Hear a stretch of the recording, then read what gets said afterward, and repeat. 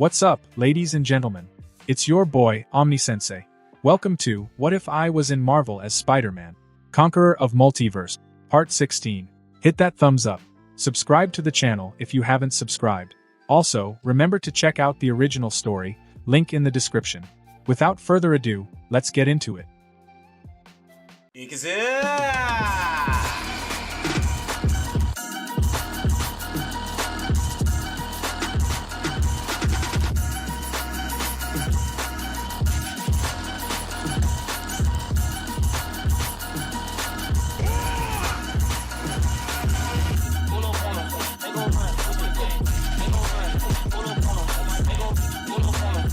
Peter, having recently reunited with his family and explained the crazy events of the past 2 months, was finally home with his loved ones.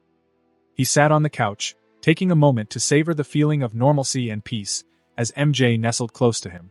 Their daughter, Lily, and America Chavez, their prospective adoptive daughter, were huddled together on the opposite couch, engrossed in their smartphones. Only May, Grace, and the Ancient One were missing since they were still at work, and wouldn't be home for a few more hours. As the house finally turned quiet, thanks to the parents who picked up Lily's school friends, Peter leaned closer to MJ and spoke in hushed tones. "Have you talked to America about? You know what we decided before I left?" MJ's eyes met Peter's, and she nodded slightly, understanding the gravity of the situation. "I wanted to wait for you to be here when we told her," she replied softly. "I think it's the right time now." With a nod of agreement, Peter nudged MJ gently, prompting her to call America over. "America." The young girl looked up from her phone curiously as MJ beckoned her to sit across from them on the edge of the coffee table. America settled in front of Peter and MJ, still uncertain about the situation. She had been living at the Parker residence for the past 2 months, and really started to love having a home for the first time in a long time. Instantly, her imagination ran wild with worry, believing they might ask her to leave, fearing that she might have overstayed her welcome. MJ began, her voice gentle and reassuring. "America, you've been living with us for a while now. You've become part of our family, and we've grown to care about you very much." However, before she could continue, America interrupted, her eyes filling with tears. "I knew it. You want me to leave, don't you? I was waiting for this to happen." Tears welled up in her eyes as she hastily wiped them away, preparing herself for the difficult moment when she'd have to pack her bags and say goodbye to the only family she had ever known since she lost her first one. Peter couldn't help but chuckle softly, seeing America's misunderstanding. "America, you've got it all wrong," he said with a warm smile. "We're not asking you to leave. We want to ask you something else." MJ leaned forward and gently pulled America in her embrace. "Peter and I have been thinking about this for a while now. We're wondering if you would like to be part of our family officially. We want to adopt you, America."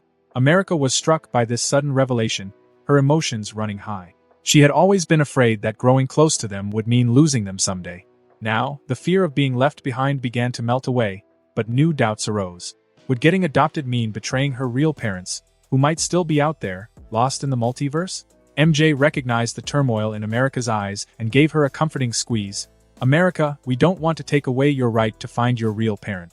If you ever discover where they are or want to reunite with them, we'll support you all the way. But for now, we want to be here for you, like any family should.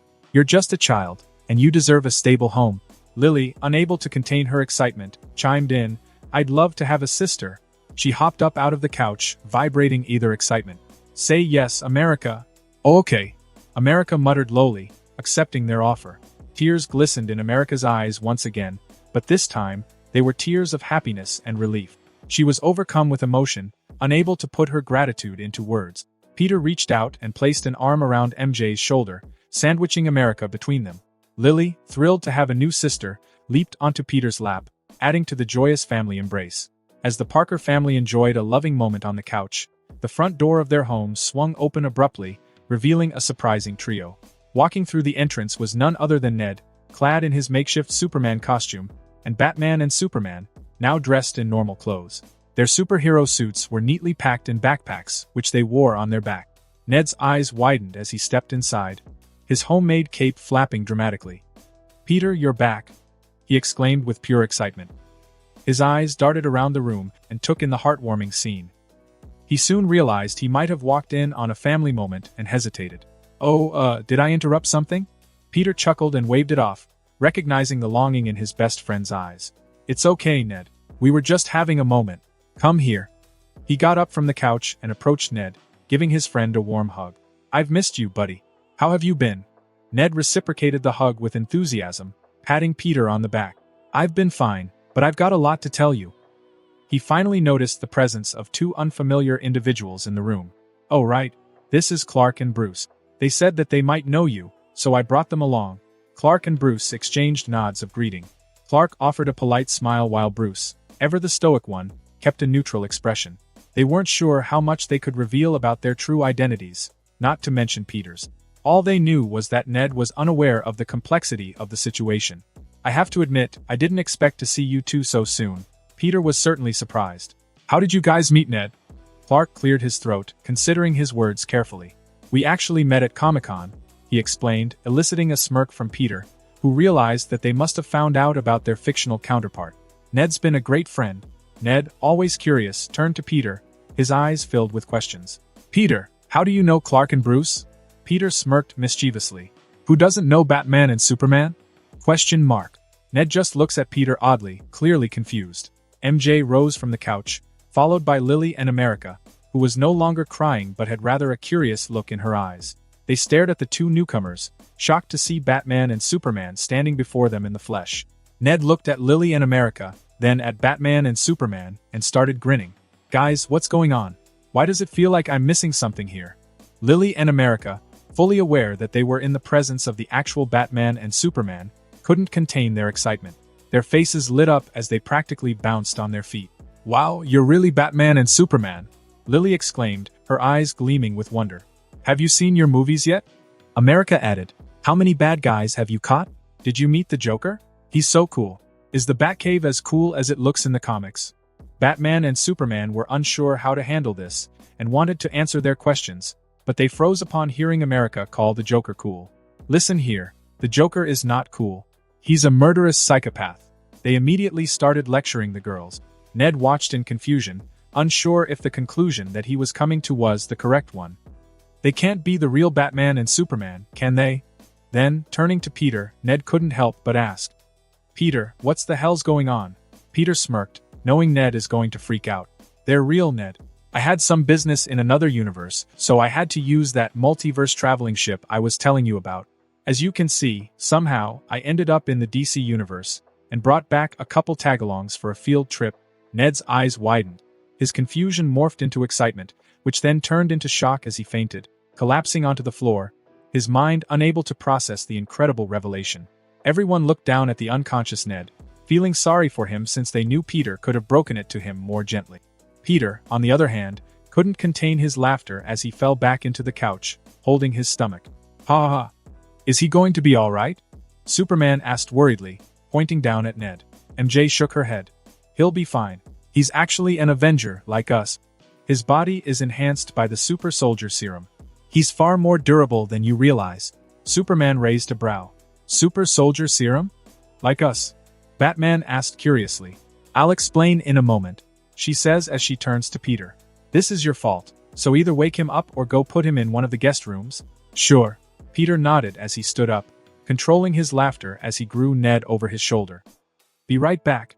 As he leaves, MJ changes her clothes with a thought, switching straight to her silk suit. "I'm Silk and this dash." Lily happily follows her mother's lead and switches to her own suit. "And I'm Spider-Girl." America watches them change, a jealous look on her face. "Hey, can I get a cool hero costume too?" Superman stared at the spider-themed family, shocked that even the child was a superhero. Meanwhile, Batman wasn't so shocked. After all, he's had some fairly young sidekicks over the years. Back at the tower, Tony Stark finally returned home to his waiting girlfriend, Pepper Potts. Entering the spacious, luxurious penthouse they shared, he was immediately slapped in the face by an angry woman. Pepper looked up, worry and frustration written all over her face. "Do you know how long you've been gone?" Tony pulled Pepper into a hug, surprising the angry woman. "Sorry, we kind of got stranded after the ship malfunctioned. I missed you though." Tony's demeanor seemed a bit different, carrying a hint of something more profound, which threw her for a loop. He pulled away and took her hand, his eyes searching hers. "Pepper, there's something I want to talk to you about," he began, and Pepper sensed an unusual tension in his voice. "It might come as a shock, but hear me out." Pepper nodded, her concern growing. "Of course, Tony. You can talk to me about anything. What's on your mind?" Tony took a deep breath and locked eyes with Pepper, his face earnest. "I've been thinking about having a child." Pepper's eyes widened in disbelief. She knew Tony had been against the idea of having children for a long time. It was a decision they had discussed many times, and Tony had always seemed firm in his stance. I know, Tony continued, sensing Pepper's shock. "But hear me out. I visited another universe recently, one where we had a daughter named Morgan, and it didn't look so bad. In fact, it was kind of nice." Pepper's mind was spinning as she tried to process this revelation. Her earlier anger was completely forgotten. "Why you want to have a baby now?" Tony nodded, a hint of vulnerability in his eyes. "It made me realize that I don't want to be outdone or left behind. Even Spider-Man's got a kid and he's like half my age. Maybe we should have one too. I don't want to miss out on something amazing because of my past reservations." Pepper took a moment to collect her thoughts, knowing how significant this change of heart was for Tony. "Tony, this is a huge decision. I don't know what to say." Tony's gaze was unwavering as he spoke with sincerity. "I know it's a lot to take in, but I've thought about this, Pepper. I want you to have my baby." He suddenly pulls her back into his arms, his hands roaming her body. With a soft smile, Pepper spoke lowly into Tony's chest. "I wouldn't mind." Her voice trailed off towards the end. Tony smirked. "I'm sorry, what was that? I couldn't hear you." Pepper sighed as she looked up into Tony's eyes. "I said, I wouldn't mind having your baby." As she spoke, her whole face turned a bright red. Tony laughed as Pepper buried her head into his chest once again, happy to have shared his innermost thoughts with her. But most of all, he was relieved that his plan to redirect his girlfriend's anger actually worked. After all, who can be mad when talking about starting a family together? Batman had always believed in his strict code of justice, adhering to a path of order and discipline in his mission to rid Gotham City of crime. He had become a symbol of fear to criminals, a relentless force against corruption, and a guardian of the night. Yet recently, his unwavering beliefs were beginning to crumble more and more. As he spent a couple days observing and investigating the new world around him, Bruce couldn't help but be both impressed and shocked. Peter's claims about the state of his world were substantiated with evidence he couldn't ignore. The crime rate was abysmally low, leaving only the truly deranged and desperate to even bother trying anymore. And even then, criminals were almost always thwarted by some sort of hero, vigilante or otherwise. And, most surprisingly, the world was at peace. What struck Batman the most was how prosperous this world had become. It was the complete opposite of the grim and crime-ridden Gotham he was used to. Is this even possible back home? He wondered. Even things like global warming were being taken seriously, the oceans were undergoing a mass cleaning, and governments were uniting to fight world hunger, poverty, homelessness, and other societal problems. It was a world on the path to healing and prosperity. As Batman studied the proof before his eyes, his ironclad beliefs began to unravel. He questioned himself, how could he have been so wrong for so long? His single-minded pursuit of justice through intimidation and fear had only perpetuated a never-ending cycle of violence and chaos in Gotham. And now, he was faced with irrefutable evidence that there was a better way. Muttering to himself, Batman couldn't help but voice his internal turmoil. How could I be so wrong all this time? How could I have failed so miserably? But that wasn't all. Not only did Batman investigate the good that the Avengers had done, but he also dug into the darker aspects of their methods. He has found tons of evidence of problematic individuals vanishing left and right. He noticed the suspicious disappearances and all sorts of other activities that surprisingly couldn't be linked back to the Avengers. It's definitely them though, Batman muttered as he put everything together, connecting all of the seen and unseen dots. However, as he scrutinized their approach more deeply, he found himself compelled to admire their way of doing things. It was swift and efficient. The removal of irredeemable threats, while unorthodox, led to a safer world for all, just as Peter said it would. In this new universe, Batman was confronted with a reality that challenged his core principles. He realized that his relentless pursuit of a certain type of justice and inability to kill had blinded him to the possibility of a better world through unity, cooperation, and ruthless, yet hidden, action. As he continued to observe and reflect on the mountain of proof before him, Bruce couldn't escape the realization that change was not only possible but essential for the greater good. For once, Batman decided that he was wrong and was willing to embrace a new way of fighting for justice, one that aligned with the lessons he had learned in this astonishing universe. He would join Superman in changing the League, and hopefully, this change would be for the greater good. Although investigating the world around him helped come to this decision, Batman also found all sorts of forums online, debating the same argument that he and Superman had been going through recently. And he would be lying if he said they weren't helpful in his decision-making. I have to thank Ned for sending me these links, Bruce thought as he leaned back in his computer chair. But one wiki page that he found managed to put the fear of God into him. What the hell is the Batman who laughs? On that day, as he read through that horror-filled wiki page, Bruce swore to himself that he would do anything and everything he could to stop that from happening to him. Thankfully, the Joker was dead, so it wasn't likely to happen, right? As Batman grappled with the profound shift in his beliefs, as well as the horrors of a laughing Jokerish version of himself, he found himself at a crossroads, facing the most challenging question of his life. Was he ready to take a life? It was a question that had haunted him for years, a question he had avoided confronting throughout his crime-fighting career. Unfortunately, joining Superman in changing the League, as well as his approach to crime-fighting, meant embracing a world that required ruthless action, and it seemed impossible to even consider. Unable to come to a definitive answer, Batman left the apartment he was provided in the Avengers Tower to clear his head. Bruce just needed to escape the confines of his thoughts for a while. Walking through the hallways, his mind whirling with uncertainty, Bruce stumbled upon a balcony. He stepped outside and leaned against the railing, gazing down at the brightly lit city below. The sky was clear, and the city's bustle seemed so distant from his chaotic thoughts. As he stood there, lost in thought, a voice suddenly spoke over his shoulder, breaking the silence. "A penny for your thoughts?" Startled, Bruce whipped his body around, shocked that someone had managed to sneak up on him, a feat he had become an expert at. His eyes met those of a man leaning against the wall across from him. Nick Fury. "Who are you?" Bruce asked, his instincts and unease on high alert. Nick Fury regarded Bruce with a cool, assessing look. "Nick Fury. I've never seen you around here before. You a new recruit?" Bruce shook his head. "No, I'm just visiting. Spider-Man gave me and a friend an apartment to stay in." Suddenly, Fury's temperament changed as a cold smile graced his face. "That little shit is back, huh?" Fury was happy to hear that Peter was back, but it wasn't for any sort of loving reason. No, Fury thirsted for revenge. For 2 months he was forced to do all of Peter's paperwork, while the man himself was nowhere to found. Yeah."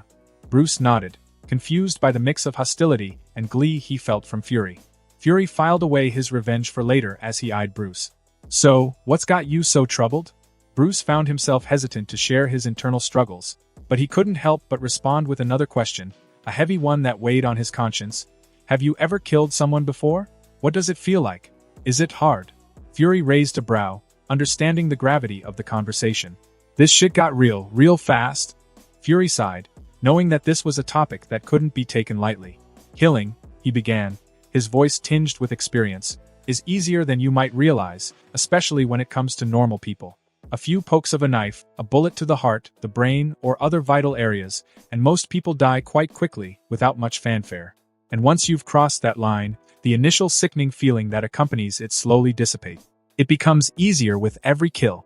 Bruce absorbed Fury's words, understanding that they held a truth he had avoided acknowledging. The concept of taking a life was harrowing, but Fury's words painted a stark reality that was hard to ignore. However, Bruce was not convinced, and his brow furrowed as he replied, "I understand what you're saying, but I don't know if I could ever do it. Even with the knowledge that it might be necessary, I can't see myself killing or being a part of killing. I'm just not built that way." Fury nodded, respecting Bruce's resolve, yet also recognizing that his perspective was a deeply ingrained one. Killing was a moral crossroads that not everyone could navigate. For some, it's not an easy thing to stomach. It's not for everyone, and it takes a special kind of resolve to make that initial choice. Some people just don't have it. A bit less conflicted than before, Bruce thanked Fury for the conversation, realizing that even though he had decided to join Superman in taking another path, he didn't know if he could take the crucial step on that path, which was taking a life. With those thoughts swirling in his mind, he turned to leave the balcony and make his way back to his room. Fury watched him go, understanding that the encounter had been a crucial one for the mysterious man. But once he was gone, thoughts of revenge swiftly took hold. "I need to prepare all of Peter's work for him." A dark smile spread across Fury's lips as he concocted a plan to throw all of his work onto his future son-in-law. After all, it's been a while since he visited his granddaughter. As Fury was about to turn and head off with thoughts of revenge brewing in his mind, a sudden and deafening alarm pierced through the quiet building. The blaring sirens and flashing lights surprised him and jolted Bruce, who barely made it more than 20 steps away, to return with a confused look on his face.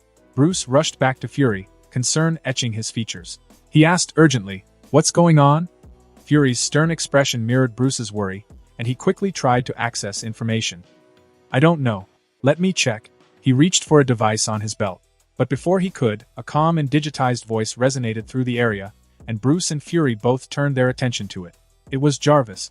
"Mr. Fury, Mr. Wayne, I have detected an incoming fleet of ships entering the solar system," Jarvis stated matter-of-factly. The news sent a chill down both of their spines. It was not just some random incident, it was a threat of planetary magnitude. Simultaneously, all across the globe, Avengers members' phones began to sound, alerting them to the impending danger. The messages contained the same dire warning: an alien fleet was approaching Earth. Back in Queens, New York, Peter stirred from his sleep beside MJ, who groaned in annoyance and buried her head in the pillows, disoriented by the blaring alert from his phone. "Bastard!" He cursed under his breath, and quickly checked the message from Jarvis. He clicked his tongue in annoyance as he read about the incoming alien fleet. They couldn't have waited until the morning. In a large hall in the Avengers Tower, an atmosphere of urgency filled the air. The Avengers had assembled, all dressed in their gear, ready for action. The alarms had called them to attention, and they had gathered to discuss the impending threat. Peter, in his Spider-Man suit, rubbed the back of his head and stifled a yawn as he entered the room. His arrival drew the attention of those present. Captain America, Black Widow, Brunhilde, and other Avengers members turned to face him. Across from him, Batman and Superman, also suited up, acknowledged his presence. Superman spoke first, his deep voice resonating with determination. "We're here to help. We'll fight alongside the Avengers." Batman nodded in agreement. "Agreed," he says as he eyes Peter for a moment. "We've dealt with our fair share of alien invasions over the years, and it's never pretty." Peter appreciated their support. "Thanks, we appreciate the help."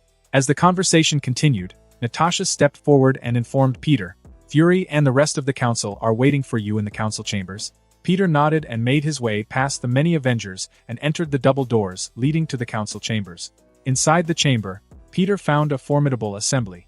Tony Stark, Nick Fury, Magneto, Professor X, and Chaka, the former king of Wakanda, were all present. Fury greeted Peter with a wicked grin, his eyes filled with a sense of vindictive amusement, before leaning in and stating, "Finally, the great Spider-Man graces us with his presence." He claps his hands, his voice laced with sarcasm. Peter, feeling a chill run down his spine, realized that Fury must have been saddled with his paperwork whilst he was gone. After all, the rest of them would never voluntarily choose to do more work. He must have some revenge plan. Peter wasted no time and immediately changed the subject. "So, what do we know about this alien fleet?" Tapping the table, Tony projected a holographic image that displayed countless red dots approaching Earth. He explained, "We've got around 1,000 ships coming our way, all following a flagship. The flagship is about 10 times the size of the rest. Our cameras can't get a clear image yet, but they're getting closer." Silence fell over the room as everyone took in the gravity of the situation, staring blankly at the holographic map, each red dot representing a massive alien warship headed their way. Breaking the silence, Peter spoke up, his tone remarkably calm considering the impending threat. "We have a couple of options here. We can wait and prepare to use the network of Kree, Nova, and Chitauri ships that surround the planet to help defend us when they get closer. However, that means allowing the fleet to approach Earth, which is risky," Peter continued. "Or, we can get everyone ready for battle now, and I can go investigate to see if the fleet is hostile. If it is, I can open portals to each ship and let the Avengers board and attack before the fleet gets anywhere near us or the planet's inhabitants." The Council and Peter's allies considered the options carefully. Some even threw out some other ideas, but after some deliberation, they reached a consensus. Fury spoke decisively, "We can't afford to wait." He turns to Peter. "Go investigate and confirm if the fleet is hostile. If it is, then we'll use the portal strategy." With a quick nod, Peter prepared to head out, though he couldn't help but wonder, who the hell would fly a fleet of warships into our solar system? He had a good idea of who it might be, but he had to be sure before saying anything. Before heading out to infiltrate the oncoming alien fleet, Peter considered his options. With the blood samples from the Flash, Superman, and Martian Manhunter, he could potentially use this opportunity to test out their powers. All he would have to do is assimilate them, and he would have their powers. It was tempting, but he realized the risks involved. Peter knew that if he suddenly displayed new abilities, like laser eyes or super speed, then both Superman and Batman, who were still in his universe, would grow suspicious. They would question the source of these newfound powers, and he just didn't want to deal with that. Reluctantly, Peter decided to postpone assimilating the blood samples. It was a wise choice to avoid any stern looks from Batman or betrayed looks from Superman. With that idea shelved, he waited until the Avengers were prepared since it wouldn't take him long to investigate the fleet. When the moment was right, he used a quick spell to turn himself invisible and make his presence undetectable.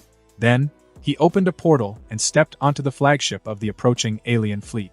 It didn't take him long to recognize the architecture of the ship. It was Chitauri. He had commandeered quite a few of these ships during the last Chitauri invasion. Peter's mind raced as he considered the purpose of this fleet. Was it an organized attack to seek to avenge the death of Thanos, or had the Mad Titan somehow survived the poison he had administered to him? It seemed unlikely that anyone could endure the deadliest poison in existence, but there was always the possibility. As Peter stealthily explored the ship, expertly avoiding any and all patrols that came his way, he arrived at the main deck and stopped dead in his tracks. There, staring out into the cold expanse of space, stood Thanos, the Mad Titan, holding a familiar spear. It was unmistakably the weapon that contained the Mind Stone, Loki's spear from the first Avengers movie. My precious, Peter thought as he eyed the spear which most contained the last of the Infinity Stones. Retrieving it would complete his collection. Ignoring his growing greed for a moment, Peter couldn't help but feel a mix of surprise and awe at the sight of Thanos. If this was indeed the same Mad Titan who had fallen victim to his poison and somehow survived, then it was a testament to Thanos' incredible resilience and strength. Peter was truly impressed. Just as Peter contemplated his next move and whether he should reveal himself, Thanos' voice resonated through the chamber, asking, "Are you just going to stand there and hide all day?" Startled, Peter watched as Thanos turned around and gazed directly at him, as if he wasn't invisible. He was well aware that Thanos was no ordinary adversary, but this ability to perceive him went beyond what Peter had anticipated. With a sigh of resignation, Peter deactivated the spell that kept him hidden and revealed himself to the Mad Titan. Instantly, Thanos' eyes tuned bloodshot, and he tightened his grip on the spear. The man who had tricked him and poisoned him was finally here, and he could feel his blood begin to boil at the mere sight of him. "Spider-Man!" Thanos spat Peter's name as if it left a bad taste in his mouth. "Finally, we meet again. Yo," waving a casual hello to the Mad Titan. "I'm not going to lie. I thought you were dead." He eyed Thanos up and down. "You look like you lost some weight. Have you been sick or something?" While maintaining a smile beneath his mask, Peter discreetly opened portals to every other ship within the surrounding fleet. These portals connected directly to the Avengers Tower, where every Avenger was eagerly waiting, including Batman and Superman. As the portals materialized before the Avengers and their newfound allies, it was evident that a well-organized plan had already been established. Each member of the Avengers was assigned to specific teams and knew their roles in the impending conflict. Batman and Superman had their designated portal as well, which they swiftly rushed through. Peter decided to pair them as a two-man team, given their unique abilities and experience. It was an ideal combination of raw power and tactical genius. The portal led Batman and Superman onto one of the alien ships, appearing in the middle of a vast, dimly lit hangar. The chamber was filled with a multitude of smaller Chitauri vessels, while thousands of Chitauri soldiers went about their duties. They were all going about their business until the sudden appearance of two new arrivals in the center of the hangar drew their attention. An eerie silence fell upon the chamber as every Chitauri soldier turned their heads to face Batman and Superman, their cold, bug eyes scrutinizing the unexpected intruders. A few moments passed as the tension in the room grew, creating a palpable feeling of anticipation. Then, without warning, the Chitauri warriors took action. With uncanny precision and in eerie unison, they charged toward the two intruders. It was as if their hive mind had instantly recognized the threat and responded with a ruthless determination to eliminate it. Superman and Batman, side by side, prepared for the onslaught. With a confident nod, they exchanged a brief wordless understanding of their roles. Superman, with his incredible strength and speed, would serve as the frontline powerhouse, drawing the enemy's attention and providing cover for Batman, whose strategic brilliance would allow him to exploit the Chitauri's weaknesses. The battle erupted in a blur of superhuman speed and tactical precision. Superman flew directly into the charging Chitauri ranks, creating shockwaves with each powerful punch and sending his foes flying. He zipped between opponents, a crimson and blue blur of speed, unleashing his heat vision in focused bursts to bisect those who dared to stand in his way. At the same time, Batman weaved between the Chitauri warriors, using Superman as a distraction. As he moved through the ranks of the Chitauri, he made sure to toss a single explosive batarang from his utility belt onto every single ship in the hangar, which detonated as he got a good distance away, shaking the ship as the hangar filled with smoke. Superman, despite being vastly outnumbered, handled the Chitauri with ease. He was an unstoppable force, and his mere presence was a beacon of hope for those around him. However, Batman's analytical mind ensured that they fought with the utmost efficiency and minimal collateral damage. The conflict was fierce and unrelenting, but with Superman and Batman working in tandem, the Chitauri's numerical advantage seemed irrelevant. As they battled wave after wave of soldiers, it became apparent that the Chitauri didn't stand a chance. As the portals materialized before the Avengers and their newfound allies, the chamber in the Avengers Tower buzzed with anticipation. Every member of the Avengers had been assigned to specific teams, their roles carefully considered to maximize their effectiveness in the battle ahead. Captain America, standing tall and resolute, led the charge.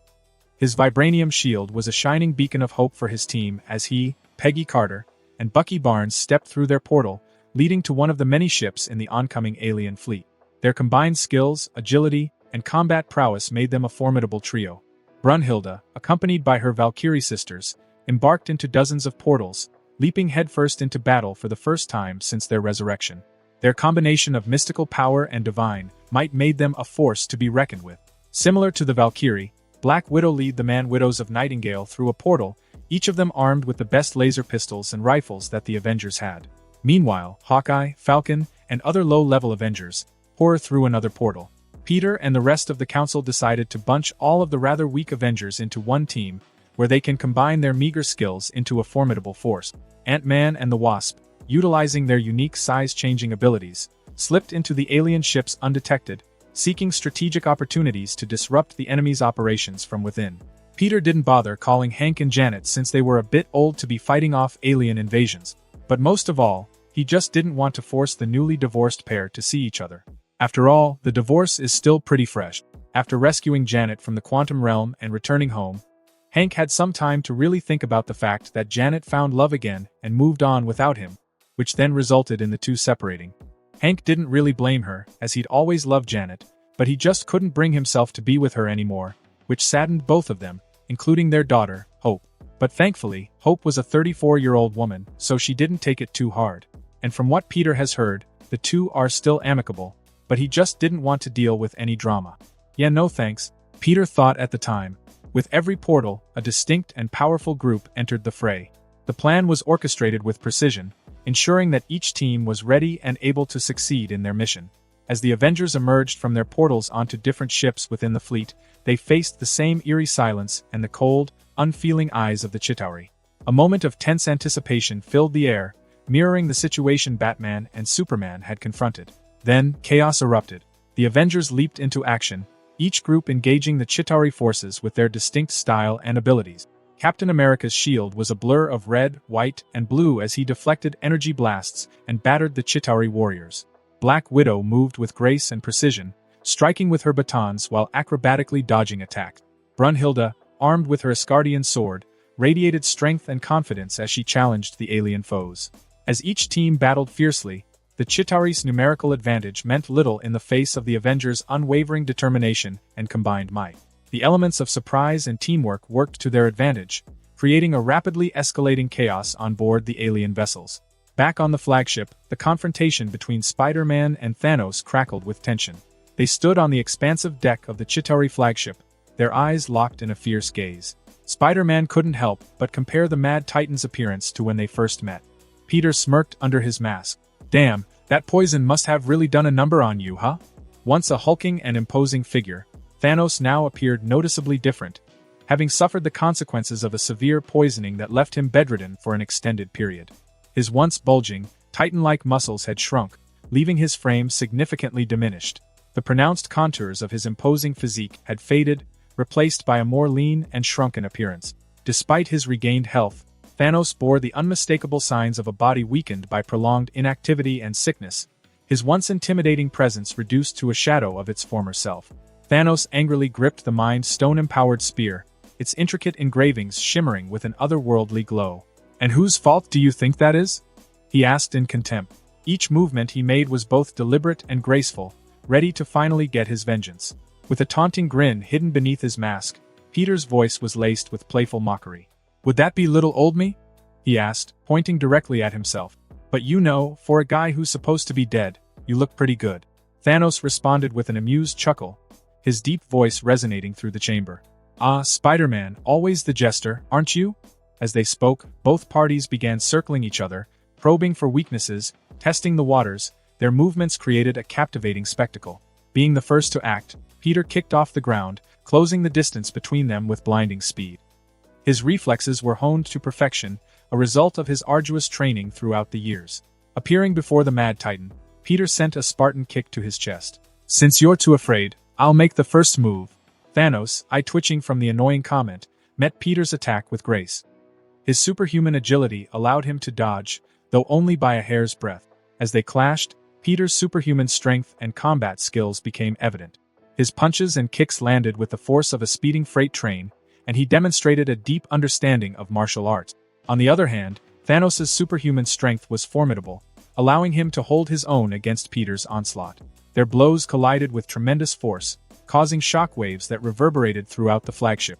The impact of each punch sent tremors through the ship's structure. Peter's movements were fluid and unpredictable, his body morphing and twisting like an acrobat. He harnessed his arachnid agility to evade Thanos' strikes while taunting him. Is that all you've got, big guy? Oh wait, maybe it should be little guy now? Thanos responded with an annoyed grunt, yet his resolve was unshaken. Just give up, Spider. I promise to repair your planet as long as you surrender now, he says as he sent Peter a murderous look. Otherwise, I'll slaughter everyone you love alongside your entire planet, and I'll make you watch as I do it. Peter jokingly shivered, feigning fear. Oh no, I'm so scared. Somebody save me from this anorexic titan. Thanos merely shoo in his head. Just remember, you choose this yourself. Their battle escalated as Peter's strength surged. The fiery phoenix flames flickered around him, burning with intensity. The air shimmered with heat as he unleashed devastating energy blasts, searing through the deck plating and sending fiery waves toward Thanos. The Mad Titan deftly dodged the fiery attacks, his superhuman reflexes enabling him to weave between the torrent of flames. Yet, a grin tugged at the corner of his lips, betraying his amusement. After all, it's not every day that he fights a worthy battle. With a blinding burst of speed, Peter lunged at Thanos, his fists covered in phoenix flames. He swung at the Mad Titan with a series of powerful blows, driving him back. The deck trembled under their incredible clash of strength. Thanos staggered but quickly recovered, demonstrating his superhuman durability. His flesh bore no burns from the flames, and his healing factor rapidly mended any wounds. Spider-Man continued his relentless assault, channeling his immense power and taunting Thanos. I hate to say this, but I think you might actually be weaker than the last time we met. Shut up, Thanos exclaimed, which caused Peter to smirk, knowing that he struck a chord that time. As the battle raged on, the Mad Titan found himself on the defensive. The Chitauri flagship quaked under the intensity of their struggle. I don't think I'll need to use any of my Infinity Stone, Peter mused, almost disappointed by how weak Thanos had become. Pressed his advantage, Peter forced Thanos to defend himself against a barrage of punishing blows. Yet, Thanos' resolve remained unbroken. With a defiant roar, he unleashed a shockwave of energy, sending Peter hurtling backward. The ship's deck crumbled beneath the impact, and a gaping chasm formed between the two adversaries. Spinning in the air, Peter landed on his feet and brushed off his suit. Huh, I didn't expect that. Thanos stood across from him, breathing heavily as he tried to catch his breath. I can't lose, he thought as he gripped his spear tightly, drawing upon the Mind Stone's power. But before the battle could resume, their attention was diverted by the bright light of explosions that lit up the chamber from outside. Surprised, they turned to witness a grim spectacle through the windows. One by one, the fleet of Chitauri warships was being torn apart by the Avengers' coordinated attack. Explosions blossomed like deadly flowers across the void of space. The flagship shuddered as one of its closer companion vessels was consumed by fire. Thanos watched with a mixture of anger and disbelief as his fleet crumbled under the Avengers' assault. The sight of his meticulously planned invasion unraveling infuriated him. With a final, lingering glance at Spider-Man, Thanos growled, "This isn't over, Spider-Man." He gripped his spear, which glowed in a bright light and enveloped his entire body. Thanos, holding the glowing spear, summoned the power of the stone within. With a determined glare, he raised the spear high in the air, and the Mind Stone began to pulse with an eerie, electric light. An aura of malevolence surrounded him as he prepared to unleash his most potent attack. "It's over!" Thanos exclaimed, a mad glint in his eyes. The Mad Titan targeted Peter's mind, attempting to break through the layers of mental fortifications that shielded his thoughts. The Mind Stone's energy surged and sought to penetrate Peter's consciousness. Thanos channeled the stone's power to exploit Peter's psyche, with the intention of turning him into a vegetable. Peter felt the alien influence on his mind, a cold, invasive presence attempting to infiltrate his thoughts.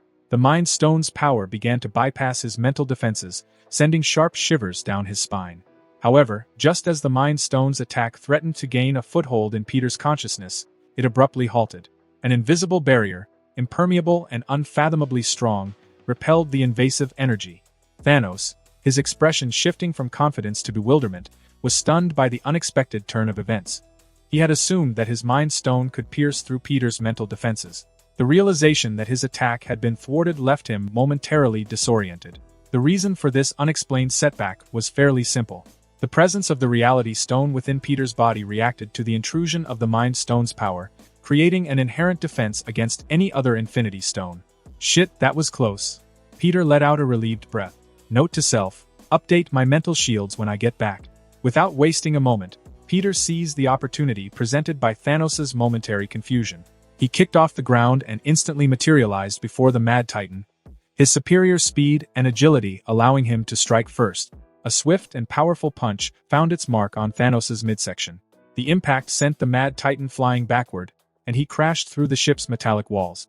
The vessel quaked as his massive form collided with the structure, causing it to tremble under the devastating force of Peter's blow. The once terrifying presence of Thanos had been reduced to a battered and disoriented figure, a stark contrast to his earlier bravado. Peter didn't give him a chance to recover either. He was relentless, capitalizing on his newfound advantage. Peter darted toward the fallen Mad Titan, his every movement an elegant dance of precision and raw power. The battle that followed was a one-sided onslaught, with Peter landing a flurry of devastating blows. Each punch and kick that Peter delivered was powered by his enhanced strength, further fueled by the fiery energy of the Phoenix. Thanos' superhuman durability wavered under the unrelenting assault, and his healing factor struggled to mend the mounting wounds. Thanos desperately tried to defend himself, but he was overwhelmed by the astonishing power gap between him and Peter. His attempts to strike back were futile, as Peter's reflexes were far beyond his diminished capabilities.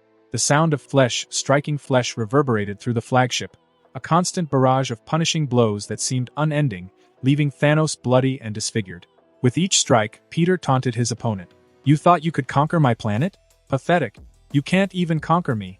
The Mad Titan's powers, once dreaded across the universe, had been reduced to mere memories of his former glory. He could do nothing to prevent the relentless onslaught, and his mind swirled with frustration, pain, and disbelief. As Peter's relentless assault continued, pushing Thanos to the brink of death, each strike sent shockwaves through the flagship, its structure quaking with the ferocity of their clash. Blood trickled down from Thanos' face, and his body bore the marks of Peter's devastating blows. Peter's taunts and jests punctuated the sound of blows landing on the Mad Titan. "Hey, are you awake?" Peter asked as he noticed the Mad Titan's eyes begin to fall shut. "If you're just going to sleep, then I might as well finish this up." With an annoyed sigh, Peter gathered his strength, preparing to deliver the final blow to the weakened and battered Thanos. The fiery energy of the Phoenix flared around him, ready to burn Thanos to ash. He lunged at Thanos, his clenched fist charged with incredible power, ready to end the battle. The impact would be the culmination of their struggle, a victorious moment for Peter, and a defeat for the once dreaded Mad Titan. But just as Peter's blow was about to land, a sudden force, telekinetic in nature, pushed him away from Thanos.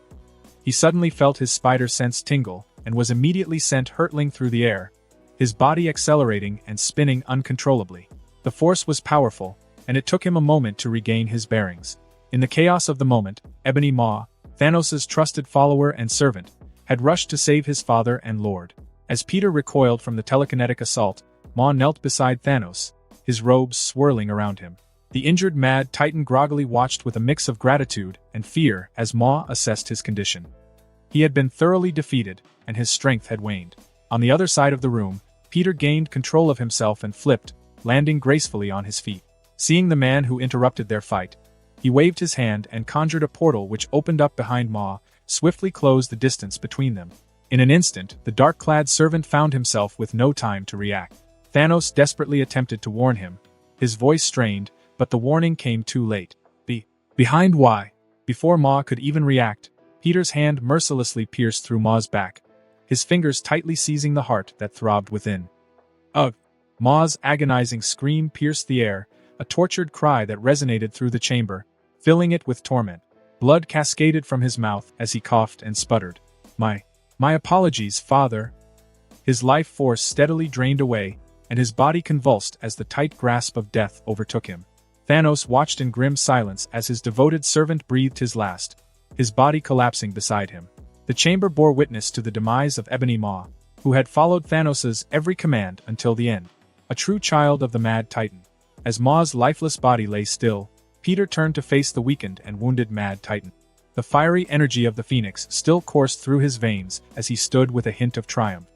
"Is that the last of them?" Peter asked, his voice filled with a mixture of curiosity and mischievousness. "Was that the last of your children?" Peter distinctly remembers killing some of them on the day he poisoned Thanos, but he didn't care to remember their names. Not to mention the fact that his two favored daughters are under his protection as well.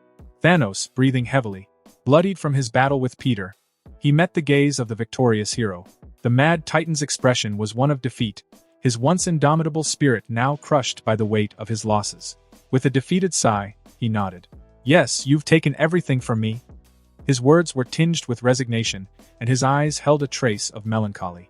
"You know, I haven't taken everything from you yet," Peter remarked, his voice laced with confident amusement. With a purposeful stride, he approached the spear that Thanos had dropped during their battle. The Mind Stone embedded within the weapon gleamed with an eerie, electric light. Peter extended his hand and picked up the spear, admiring it for a moment before plucking the Mind Stone from the center of the blade. The stone radiated with its inherent cosmic power, pulsing between Peter's two fingers. "Now I've taken everything," Peter declared, holding the Mind Stone aloft for a brief moment before securing it within the protective confines of his storage necklace. With the Mind Stone in his possession, Peter's powers and control over the elements of the universe were supreme. He now held every single Infinity Stone. "I finally collected all of them," Peter thought as he felt an overwhelming sense of accomplishment surge through his body. As Peter stood there, having secured the Mind Stone and possessing all 6 Infinity Stones, his thoughts turned towards Thanos. The Mad Titan, bloodied and battered, remained seated, his arrogance shattered and his once lofty goals reduced to ashes. "You thought that wiping out half the universe was the solution to overpopulation and scarcity, right?" Peter asked, his voice tinged with a mixture of pity and amusement. "You know you're brain dead?" Thanos ignored the petty insult, confused as to why he's not dead yet. With a wry smile, Peter produced 6 ornate rings, each designed to hold their own stone. These rings were the culmination of his and the dwarves' hard work. With deliberate precision, he slipped them onto his fingers. One by one, Peter conjured each Infinity Stone, placing them into the corresponding ring. The Power Stone, Space Stone, Reality Stone, Time Stone, Soul Stone, and Mind Stone found their designated positions. Thanos couldn't believe his eyes. As the stones settled into their new homes, the rings began to emanate a soft, harmonious glow, synchronizing with the power of the Infinity Stones. The energy that swirled around Peter was both magnificent and terrifying, a force of nature that transcended the limits of reality. "Here goes nothing." Peter pressed his thumb and middle finger together, hoping that he didn't explode. With a snap of his fingers, Peter activated the power of the Infinity Stones. But his intention was far different from the genocidal purpose Thanos had envisioned. Instead, Peter harnessed the limitless power of the stones for a more compassionate and constructive fix. The Infinity Stones glowed brilliantly as the universe was reshaped before their eyes. Millions of uninhabited planets, barren and desolate, began to transform. Lush vegetation sprouted, fertile lands emerged, and life-giving oceans appeared where once there was only desolation. These planets became welcoming, idyllic havens, capable of sustaining life and flourishing. They were no longer the lifeless husks of the cosmos, but fertile worlds, ripe with potential and opportunity. Peter turned his attention to Thanos, who watched the transformation in awe and disbelief. The Mad Titan's eyes widened as he comprehended the scale of what he was witnessing. His dream of culling half the universe's population now seemed small and inconsequential in comparison. "See," Peter said, his voice laced with a mixture of admonishment and empathy. "You could have used the power of the stones to make the universe better, to create a future where everyone can thrive. Instead, you wanted to kill everyone." With a sweep of his hand, Peter revealed more of the transformed planets to Thanos, emphasizing the scope of the opportunity that had been wasted. Millions of worlds, each one a sanctuary for those who suffer, for those who struggle. You could have made life better for everyone, but you chose a path of suffering and death, Peter continued, his words resonating with conviction. You had the power to bring hope to the universe, but you squandered it. A/N.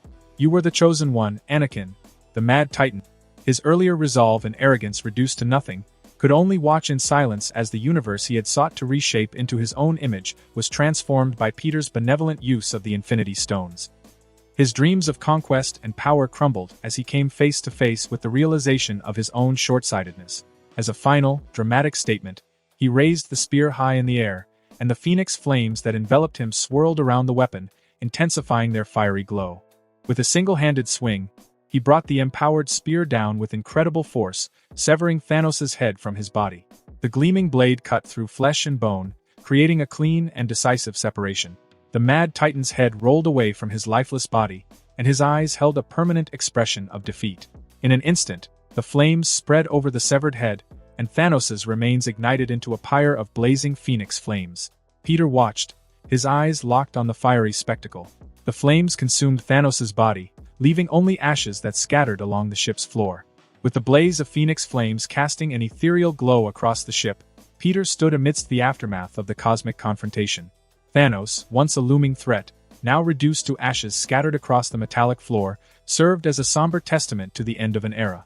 Exhaustion settled into Peter's limbs, and he slowly collapsed onto his backside, taking a few measured breaths. The physical exertion of battling Thanos had been manageable, thanks to the enhanced abilities. However, the true toll came from the application of the Infinity Stones on such a grand scale. As Peter caught his breath, he contemplated the immense power he had wielded to transform countless barren wasteland planets into thriving paradises.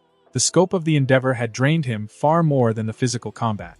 The phoenix flames around him flickered, their intensity reflecting the ebb and flow of Peter's own energy. That was a bit more taxing than I anticipated, Peter muttered to himself, his words punctuated by a sigh of weariness.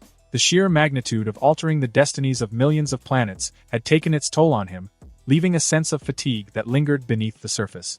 Maybe I should have done 100,000 planets at a time instead of doing them all at once. With a self-reflective gaze, Peter acknowledged that using the Infinity Stones for grand, universe-altering acts required a considerable investment of his own energy. It was a revelation that resonated through the core of his being. While the stones granted godlike abilities, there were limits to what even someone like him could achieve without suffering consequences. I guess using these stones on a large scale is a bit like running a marathon, Peter mused, his tired eyes focused on the distant remnants of the phoenix-infused flames. You can do it, but it's not something you want to do every day. The exhaustion in his bones served as a clear reminder that wielding such immense power came with risk. He concluded that, moving forward, he needed to exercise caution, not pushing the boundaries of what his body could handle. After all, even Thanos severely hurt himself when he snapped away half of the universe's population in the movies. The potential consequences of using more of the stone's power than he could handle loomed in Peter's mind, a danger that he was keen on avoiding. Well, it's not like I plan on altering the universe on such a grand scale again, so I doubt I'll ever need to worry about it, Peter shrugged uncaringly. Although he was technically limiting his use of the stones, the limiter was only placed on anything above simultaneously terraforming millions and millions of planets throughout the universe. It wouldn't hinder him one bit. As Peter reflected on this, he suddenly wondered, is there anything else, other than overpopulation, that needs to be fixed? But after some thought, he decided not to change the universe any more than necessary. On one hand, Peter could use the stones to turn the universe into a paradise free from all troubles, but on the other hand, doing that would make the universe immensely boring and mundane. I just gave the universe millions of paradise planets, so I'd say that's enough. At least for now. I can always decide to do more later. Peter mused. Although he likes helping others, as many heroes do, it just wasn't his job to fix every little inconvenience or mishap that takes place in the infinite cosmos of his universe. Seated on the ship's floor, Peter admired the rings that adorned his fingers. Crafted with precision by the dwarves of Nidavellir and assembled through his own efforts, these rings had proven to be the key to unlocking the true potential of the Infinity Stones, similar to Thanos' gauntlet, which will now never be made in this universe. The dwarves did an amazing job, Peter thought, acknowledging the craftsmanship that had ensured the rings functioned flawlessly, even after a task as monumental as reshaping the universe. The rings, still shimmering with residual cosmic energy, clung to Peter's fingers. Despite the monumental task they had just performed, they remained intact, a testament to their durability and the quality of their construction. Peter felt a surge of gratitude for the dwarves and a sense of accomplishment for successfully wielding the Infinity Stones to bring about positive change. Maybe I should give the dwarves a gift? Peter thought as he snapped his fingers. In the heart of Nidavellir, the dwarves diligently toiled in their forges, the rhythmic clangs of hammers on anvils echoing through the immense cavern. For generations, this realm had been their sanctum, with Nidavellir, the neutron star they had harnessed, at the core of their existence. The giant ring encircling the star housed their homes and workshops, and the celestial body itself served as the most potent forge in the universe. Amidst the chorus of forging, the dwarves paused, their attention drawn to the grand windows overlooking the heart of Nidavellir, the neutron star. As they gazed in awe, a collective gasp escaped their lips. The neutron star, their source of power and inspiration, began to surge with an unprecedented intensity, its luminosity growing more vibrant and its heat escalating beyond any measure they had known. Eitri, the revered king of the dwarves, his eyes wide with a mixture of astonishment and trepidation, joined his kin at the windows. The once stable neutron star pulsated with newfound vigor, its flames dancing with an intensity that both fascinated and terrified the dwarves. "What the hell?" Eitri muttered in shock. As seconds passed like an eternity, the neutron star continued to burn with an otherworldly fervor. Gripped by the fear of impending catastrophe, the dwarves watched the star pulse and expand in their direction. But suddenly, just as they thought the star would swallow them whole, the surge ceased, and the neutron star began to recede, returning to its usual size. A collective sigh of relief swept through Nidavellir as the star settled into a new equilibrium. The once blue hues of the star transformed into a brilliant gold, casting a warm glow across the forges and workshops. Eitri whispered in awe, What happened to it?" While the dwarves marveled at the altered star, they remained oblivious to the true architect of this cosmic transformation. Unbeknownst to them, Peter, having wielded the Infinity Stones, had extended his benevolence to Nidavellir. The neutron star, the very lifeblood of their craftsmanship, had undergone a metamorphosis at his hands. The upgrade to the neutron star brought forth a multitude of possibilities for the dwarf. Anything forged within its radiant embrace would now possess an unparalleled quality and potency, surpassing anything the dwarves had ever achieved before. After Peter snapped his fingers, channeling the power of the Infinity Stones to gift the dwarves of Nidavellir with an upgraded neutron star, he watched the surprised looks on the dwarves' face with a smile. The warm hues of the golden star reflected the dumb expressions they were currently making. As Peter stopped watching the dwarves, a voice, gentle yet powerful, resonated over his shoulder, catching him off guard. Peter, with a start, spun around to find himself face to face with a figure that was extremely familiar. It was as if the essence of Stan Lee had materialized before him, wearing a knowing smile. Instantly, realization dawned on Peter. This was no ordinary being.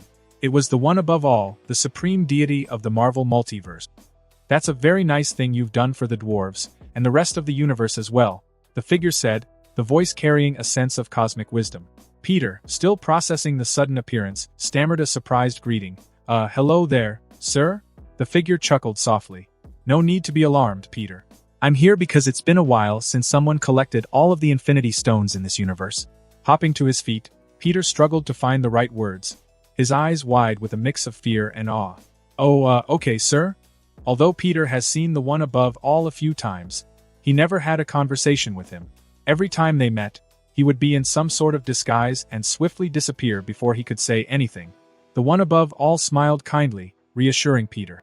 "No need for formalities. Just call me Stan, if you will. I'm here because I'm happily surprised that, for once, the Infinity Stones have fallen into the hands of a good guy. You know, not many Spider-Men have collected the stones. People like you are exceedingly rare. You should be proud." Thank you," Peter smiled, his hand raising to scratch the back of his head awkwardly. After all, it's not every day that an all-powerful god of the Marvel Multiverse compliments you. "You're welcome." The one above all smiled kindly as he checked his watch. "Oh, it seems I have an appointment to get to. Sorry to take up your time like this." Peter shook his head. "No, it's fine. After all, it's not every day I get to meet a god." The one above all waved Peter's words off uncaringly. "Like I said, just treat me normally," he says as he began to fade away. "It was nice to officially meet you, Peter. I hope to see more of your incredible feat." They've certainly been entertaining thus far. As the godly Stan Lee disappeared, Peter couldn't help but raise a brow at the revelation that the one above all had been watching him. It was as if his life had become some cosmic movie or TV show. The thought both amused and unnerved him, realizing that his actions were under the observation of the supreme deity. Just as Peter was processing this encounter, Superman came flying in, his blue eyes filled with curiosity. "Hey Peter, who are you just talking to?" Peter, still grappling with the surreal encounter, shook his head in disbelief. "You wouldn't believe me if I told you." With Thanos and his army defeated, and Stan Lee gone, Peter and the Avengers shifted their focus to the aftermath of the war. The bug-like remnants of Chitauri invaders lay scattered across the many destroyed ships, their lifeless bodies serving as grim reminders of the conflict that had unfolded. In the wake of victory, the Avengers commenced the arduous task of cleaning up the debris and disposing of the fallen foes. After taking everything back to Earth, Peter used his flames to burn the many bodies as everyone else assisted in gathering the dead bugs, each member contributing their unique abilities to streamline the cleanup process. Meanwhile, Iron Man and a few others scanned and cataloged salvageable technology from the enemy fleet. The remains of Thanos' fleet, scattered like broken toys, presented a treasure trove of potential resources. The Avengers decided to salvage what they could.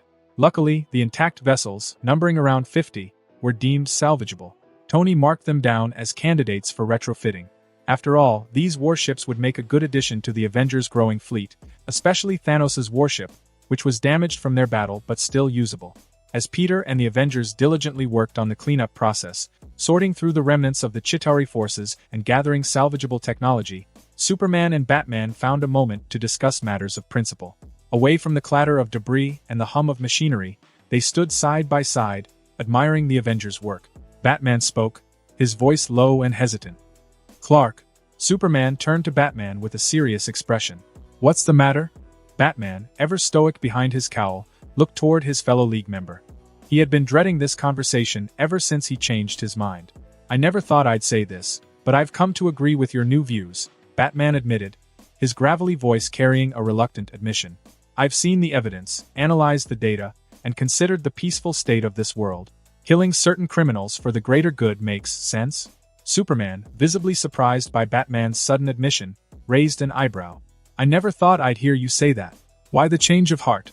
Batman sighed, a rare display of vulnerability. "It's not easy for me to admit when I'm wrong. I was against killing for a long time, but the evidence is here. This world is much more peaceful when the worst criminals are permanently dealt with. I never thought I'd agree with you on this." Superman nodded in understanding, acknowledging the difficulty of such a concession. "It's not about being right or wrong, Bruce. It's about doing what's best for the world we've sworn to protect." However, Batman's admission came with a caveat. "While I agree with the new direction, I'm not sure I could ever kill someone myself. It goes against everything I've believed in for so long." Superman raised a questioning brow. "Bruce, during the invasion, you killed at least a few hundred Chitauri. You blew them up, chopped them to bits, and even snapped a few necks. Does killing only count for you when they're humanoid people?" Batman hesitated for a moment before realizing the weight of Superman's words. His eyes widened as the realization struck him. Batman started, his voice faltering. "I didn't think about it that way. I always told myself that they weren't human. But they were alive and all of them were sentient." Superman's gaze remained steady, prompting Batman to confront the reality he had avoided. The words of Nick Fury, spoken during their earlier discussion in the tower, echoed in Batman's mind. "Killing is far easier than you think it is." Fury was right. Killing was so easy that Bruce didn't even realize that he's done it countless times already. For a man that prided himself on pacifism, Batman found it hard to wrestle with the fact that his kill count was far higher than most serial killers. Batman, for the first time, grappled with the acknowledgement that he had taken lives, not of human criminals but of extraterrestrial invaders. Even in his world, he's killed more alien invaders than he could count. The ethical dilemma unfolded before him, and he couldn't escape the truth of his actions. "I killed them," Bruce repeated inwardly as his hands began to shake. "It's all right, Bruce." As the weight of this revelation settled on Batman's shoulders, Superman rests a supportive hand on his friend's shoulder. "We all have to confront the consequences of our actions, but it's what we do moving forward that defines us. And whether you decide to continue killing or not, I'll still support you." A few days had passed since the confrontation with Thanos and his army. The Avengers, alongside Peter, worked tirelessly to clean up the aftermath of the war, restoring everything to as it was. Now, with the remnants of Chitauri invaders disposed of or repurposed and Thanos dead and gone, Superman and Batman prepared to return to their own universe. With Batman officially changing his mind, the reason for their stay had been accomplished. Although Bruce was still conflicted on his past killings, as well as the prospect of future killings, he didn't let it keep him down for long. In preparation for their departure, Bruce didn't waste a single second. He bought a bunch of high-storage hard drives and proceeded to download everything related to the DC Universe, his universe. From comics and wikis to movies and TV shows, nothing was left behind. With the opportunity in front of him, how could Bruce not take all that he could? He even managed to swipe some tech from the invasion and bought some Stark tech that was advanced enough to catch his attention. The night before their departure, Peter called Batman into his office in the Avengers Tower. He had been monitoring the Dark Knight's activities and couldn't help but feel impressed with his determination to take everything he could back with him. "Bruce," Peter began as Batman walked in. "I wanted to talk to you before you head back home." Batman acknowledged Peter with a nod, taking a seat across from him. "What's this about?" Peter took a moment before speaking, choosing his words carefully. "I know that revealing your identity to the Joker was rather rude, even if he's already dead. As a way of saying sorry, I wanted to offer you something before you leave." Batman, ever vigilant, raised an eyebrow. "Offer me what exactly?" Peter smirked excitedly. "I want to offer you a chance to become a super soldier, like Captain America. I've always thought a Batman with superpowers, even minor ones, would be a force to be reckoned with." Batman, known for his skepticism, eyed Peter cautiously. "And what's the catch?" "No catch," Peter replied with an earnest shake of his head. "Consider it an apology and a way to make sure you're better equipped. We may have had our differences, but we're both heroes at heart." Before Batman could give his answer, Peter continued. "It's completely safe, by the way. Many Avengers have gone through the procedure without any complications." After a moment of contemplation, Batman nodded. "All right, let's see what you've got." Peter led Batman to a heavily secured part of the tower, and into a room filled with an array of high-tech equipment. A giant metal pod, gleaming in the soft light, stood as the centerpiece of the room. Peter explained the procedure and the enhancements it would provide, emphasizing its potential benefit. Batman cautiously entered the pod as Peter assisted in strapping him in. Once everything was in place, Peter closed the pod, attaching vials containing a specialized serum to the exterior. He looked at Batman through a small window on the pod and asked, "Ready for this?" With a resolute nod, Batman braced himself, knowing that the procedure was a significant step into the unknown. Peter, holding a lever in his hand, spoke again. "Here we go," before flipping the switch. Energy surged into the pod, and the vials emptied their contents into Batman's body. The room echoed with screams of pain, a consequence of the transformative process. Peter, accustomed to the procedure, maintained his focus, allowing the enhancement to take its course. As the energy subsided and the pod opened, Batman emerged, revealing a visibly transformed physique. His frame, now more muscular and defined, bore the marks of the enhancement process. Batman, albeit exhausted, examined his own arms, flexing them with a hint of satisfaction. "Is it done?" Batman inquired, feeling a newfound power course through his body. Peter nodded. "You're now enhanced. Welcome to the club, Bruce. This should give you an edge you've never experienced before. Consider it a gift from one hero to another." Batman, though not one to express gratitude openly, offered a nod of acknowledgement. The weight of the enhanced capabilities settled on him, and as he left the room, a new chapter unfolded for the Dark Knight, armed with newfound strength in his quest to safeguard Gotham and the rest of his world. The next day arrived, and Peter and Tony's Multiverse ship appeared back in the familiar universe of Superman and Batman. The heroes gathered at the entrance of the ship, ready to bid farewell to their interdimensional allies. Superman, clad in his iconic suit, exchanged heartfelt goodbyes with Peter. "Thanks for everything, Peter. I appreciate your help more than you know." Peter grinned, giving Superman a friendly pat on the shoulder. "Anytime, Supes. Take care of that world of yours. The next time I visit, I expect to see a totally different universe." As Superman rushed off to reunite with his family, Batman approached Peter, his cape billowing in the breeze. The two heroes stood, facing each other with a sense of mutual respect. "Peter," Batman acknowledged, his deep voice carrying gratitude. "I appreciate the enhancements. They might come in handy." Peter shrugged casually. "No problem. Just doing my part to make the world a better place, even if it's not my world." As Batman nodded his thanks, Peter's expression turned contemplative. "Hey, before you go, I've got one last piece of advice for you." Batman arched an eyebrow, signaling Peter to continue. I've always thought it would be cool if you took over the League of Assassins, Peter suggested with a mischievous grin.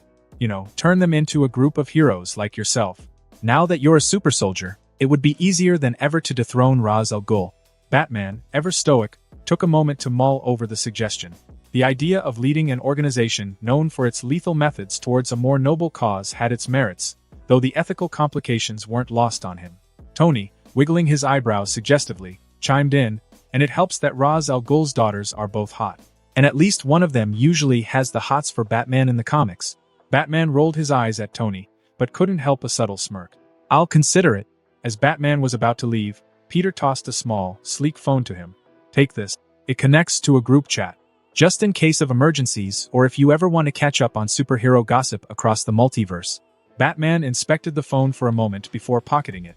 Thanks, he said, acknowledging the practicality of staying connected. With his hands free, Peter tossed him a second phone. And give this one to Clark. I wouldn't want him to feel left out. Batman, a man of few words, nodded appreciatively before walking away. The doors of the multiverse ship closed behind him. And as the ship vanished into the fabric of reality, Peter and Tony disappeared alongside it, both planning to return one day to see how the League and their world changes. The night after Peter dropped Batman and Superman back into their universe, he found himself drifting into a deep and peaceful sleep beside his beautiful fiancée, MJ. As he slumbered, the tranquility of the night took an unexpected turn. Suddenly, Peter's consciousness transitioned to an expansive, white void, a space that seemed to exist outside the confines of the waking world. In this ethereal space, Peter looked around, perplexed by the surreal nature of his surroundings. The emptiness was overwhelming, and as he sought to make sense of it, he suddenly beheld a towering, fiery bird, the Phoenix Force. Recognition dawned on Peter, recalling their previous encounters when he aided in saving Jean Grey from the destructive path the Phoenix had been treading. Facing the immense cosmic entity, Peter couldn't help but feel a mixture of awe and curiosity. What brings you here? He inquired, knowing that the Phoenix rarely manifested without a purpose. The Phoenix, its fiery form pulsating with cosmic energy, regarded Peter with an otherworldly intensity.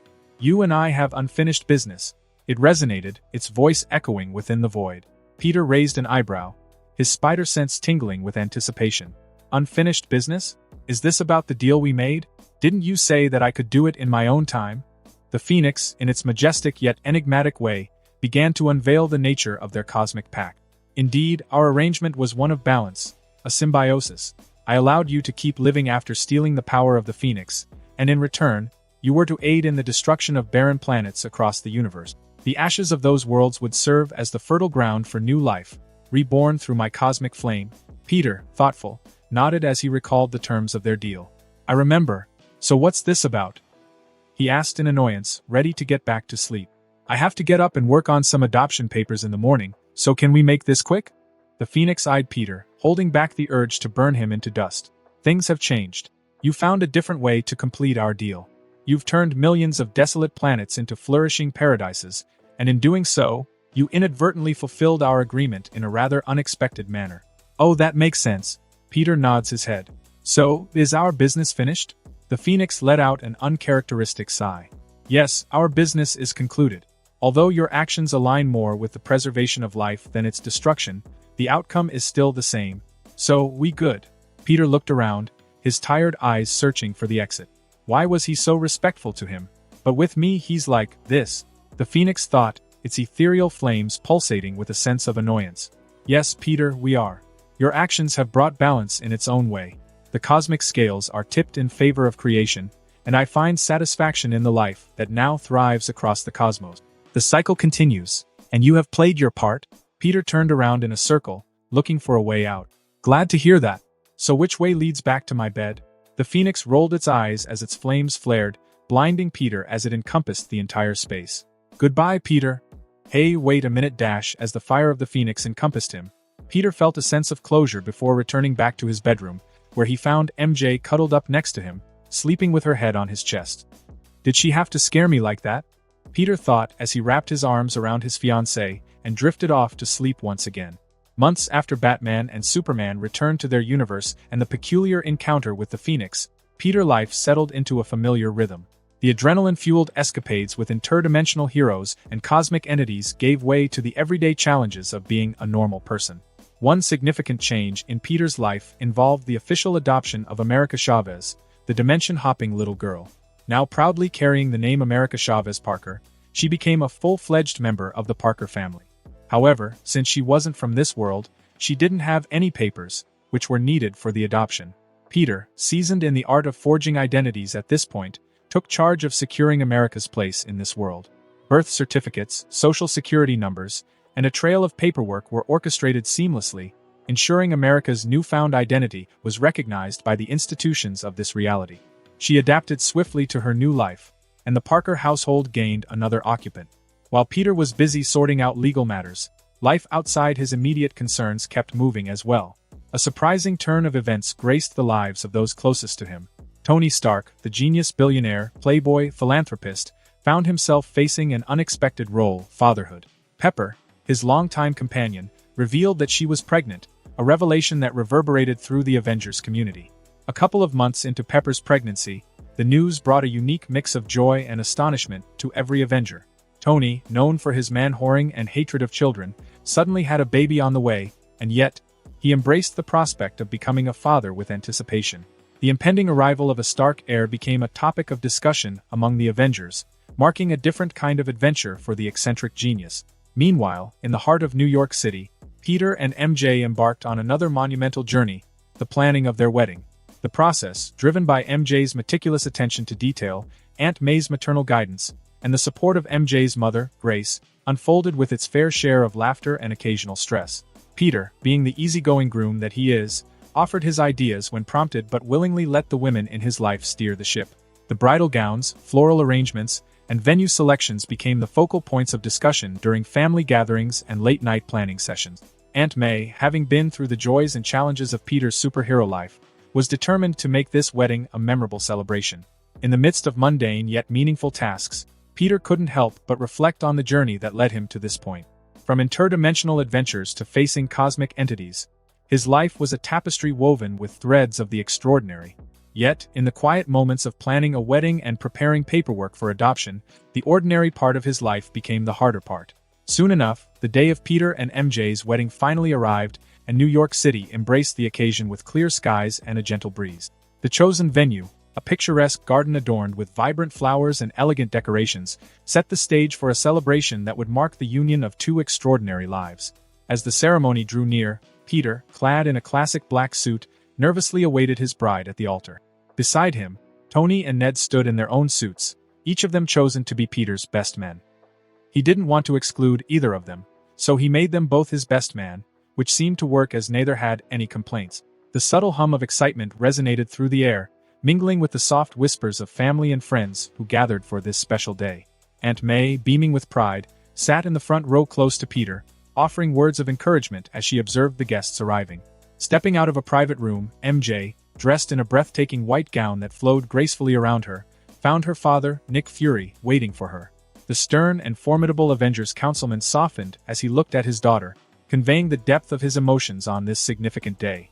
"You look beautiful." "Thanks." MJ smiled nervously, anxiety pulsing through her entire body. Fury, dressed in a tailored suit, offered MJ his arm as they prepared to walk down the aisle. "Are you sure you want to marry him?" MJ rolled her eyes. "Yes, Dad. Why else would we be here if I didn't want to marry him?" She sighed in annoyance. After all, this is the 5th time he's asked her this today. "Besides, you like Peter." "I know you do." Fury held his tongue, refusing to confirm or deny anything. "That bastard is lucky I can't kill him." The ceremonial music filled the air as the flower girl, Lily, walked out in her dress, throwing flower petals as she made her way down the aisle, where she took a seat beside Aunt May and America. Seconds later, MJ and Fury stepped into the garden, and the assembled guests turned their attention toward the father-daughter duo. The sight of MJ in her wedding gown left Peter breathless, a moment of pure beauty that he would forever cherish. As MJ approached the altar, Fury's gaze shifted between his daughter and Peter. A stern scowl adorned his face, a silent warning to the man who dared to claim his daughter's heart. Peter, under the watchful eye of Fury, smirked as he took MJ's hand. The unspoken tension hung in the air as Fury reluctantly handed over his daughter to the man she chose. As Fury hesitantly walked over to his seat, Peter turned to MJ and whispered, "Is it just me, or did he reach for his gun for a second?" MJ gave a small laugh. "Maybe, But I made sure he was unarmed before he came, she revealed, eliciting a raised brow from Peter. Trust me, you don't want to know how many weapons he tried to smuggle inside. The ceremony unfolded with poignant vows exchanged between Peter and MJ, their promises echoing through the garden. The officiant conducted the ceremony with a mix of solemnity and warmth. The couple's connection radiated, casting a spell that enveloped everyone present. The exchanging of rings, a symbol of their commitment, marked a profound moment in the ceremony. Peter, with a mixture of joy and relief, slipped the ring onto MJ's finger, sealing their union. The gathered guests, a mix of family, friends, and a few carefully selected allies, witnessed the culmination of a love story that transcended all others. As the officiant pronounced them husband and wife, Peter and MJ shared a passionate kiss, sealing their vows with an unspoken promise of a long future together. The garden erupted in cheers and applause, the joyous sound echoing through the air. Aunt May, teary-eyed and proud, clapped alongside the gathered guests, celebrating the union of two souls destined for each other. After the ceremony, as the newlyweds mingled with their guests, Fury approached Peter with a glare that could pierce through walls. Reluctantly, he extended a hand to the man who now held his daughter's heart. The tension between them, a complex blend of protectiveness and acceptance, lingered in the air. Take care of her, Fury grumbled, his gaze unwavering. The or else was unspoken but certainly implied. Peter shook Fury's hand with a firm grip. I promise, sir. I'll do everything in my power to make her happy. He would usually use this opportunity to mess with Fury, but just this once, Peter decided to be respectful. Fury's glare softened slightly, a subtle acknowledgement of the sincerity in Peter's words. See that you do, he replied, before turning away to join the celebration. Later that night, Peter and MJ lay entwined in their marital bed. With a contented sigh, Peter broke the silence. So, my beautiful wife, how do you feel about having our honeymoon in another universe? MJ's eyes sparkled with immediate interest, the notion sparking excitement within her. The morning sun bathed the room in a soft glow as Peter sat on the bed, his gaze fixed on MJ as she enthusiastically packed a suitcase for their honeymoon. The air buzzed with the excitement of new beginnings and adventures, yet Peter couldn't help but feel a tinge of curiosity about the destinations MJ seemed so eager to explore. So, where are we going for our honeymoon? Peter asked, a playful smile on his face. MJ, holding a pile of clothes, looked up and grinned. Oh, just a few universes here and there. I've been thinking about all the places we could visit now that I know fictional worlds actually exist. Peter raised an eyebrow, a mix of surprise and amusement coloring his expression. Fictional worlds? Really? You're not thinking about a nice beach or a romantic getaway? MJ chuckled, tossing a pair of jeans into the suitcase. Beaches are overrated, Peter. I want our honeymoon to be memorable, full of excitement and maybe a bit of danger. Peter's smirk widened with curiosity. Danger? MJ, we just got married. Are you sure about this? Most newlywed couples just go on a normal vacation, where they smash like rabbits. MJ looked at him with a mischievous glint in her eye. Trust me, it's going to be the honeymoon of a lifetime. Picture this, we could visit Hogwarts, explore Oz, survive a zombie apocalypse, fight pirates, race with Lightning McQueen, or even face off against monsters in Arendelle. Doesn't that sound more appealing than a traditional honeymoon? She says matter-of-factly. Besides, we already smash like rabbits, so there's no reason that we can't just do it in a more interesting place. Peter blinked, processing the whirlwind of destinations MJ had just listed. Wait, how many places do you want to go to? We have 2 children now, right? We can't just spend a year traveling the multiverse. Also, don't get your hopes up. I've only mapped a small portion of the multiverse, so we'll have to find a good universe. MJ enthusiasm deflated slightly. Oh. In all of her fantasizing, she forgot about all of the responsibilities that they both have. Peter sighed, feeling bad for crushing her hopes. Relax, I'll find you at least one of the universes that you want to visit, and we can enjoy ourselves for 3 months. But after that, we need to come back or else Lily and America might cry. MJ smiled at the mention of her daughters, realizing that she would miss them just as much as they would miss her. Okay, I just don't want our honeymoon to be normal and bland. I want it to be a story we can tell for the rest of our lives. Peter scratched his head, a bemused smile forming. Sure, I was hoping for a lazy, romantic, paradise escape, but I'm down for an adventure as well. MJ paused, walking over seductively before bending her body to plant a kiss on her husband's lips. Paradise is overrated. I want our honeymoon to be unique, Peter sighed, realizing that MJ had a point. Okay, but a zombie apocalypse? Really? MJ smirked as she shrugged her shoulders. Well, it's not like zombies will be able to do anything to us. I doubt they could even bite or scratch through our skin. Peter shook his head in disbelief, a mixture of amusement and fondness in his eyes. You're one of a kind, MJ. Alright, let's do it. Honeymoon across the multiverse it is. MJ grinned, squealing as she rushed over to seal her suitcase. That's the spirit. Get ready for the honeymoon of a lifetime. As they left the room, suitcase in tow, Peter couldn't help but feel a surge of excitement. Maybe a normal honeymoon wasn't what they needed. After all, they weren't a normal couple. Peter and MJ descended the stairs, hand in hand, ready to embark on their multiverse-spanning honeymoon. At the foot of the staircase, their two daughters, Lily and America, awaited with a mix of excitement and sadness in their eyes. Lily clutched a handmade card, her artistic expression evident in the colorful drawings on the cover. Mom, Dad, I made this for you. Her voice wavered and she held back tears. America, standing beside her sister, gazed up at Peter and MJ. You promise you'll come back, right? Peter crouched down, enveloping Lily and America in a warm hug. We promise, girls. This is just a little adventure for Mom and me. We'll be back before you know it. MJ knelt beside Peter, wiping away a tear from Lily's cheek. And we'll bring you back some cool stuff from another universe. How about that? Lily's eyes lit up at the prospect of presents. Really? Absolutely. MJ grinned. Now, you two be good for Grandma May and Grandma Grace. We'll be back, and we'll have so many stories to tell you. Aunt May and Grace, who stood nearby, exchanged comforting glances with the departing couple. Aunt May spoke up, her voice warm and reassuring. Don't worry about a thing. We'll take good care of the kids, and they'll have a blast with us.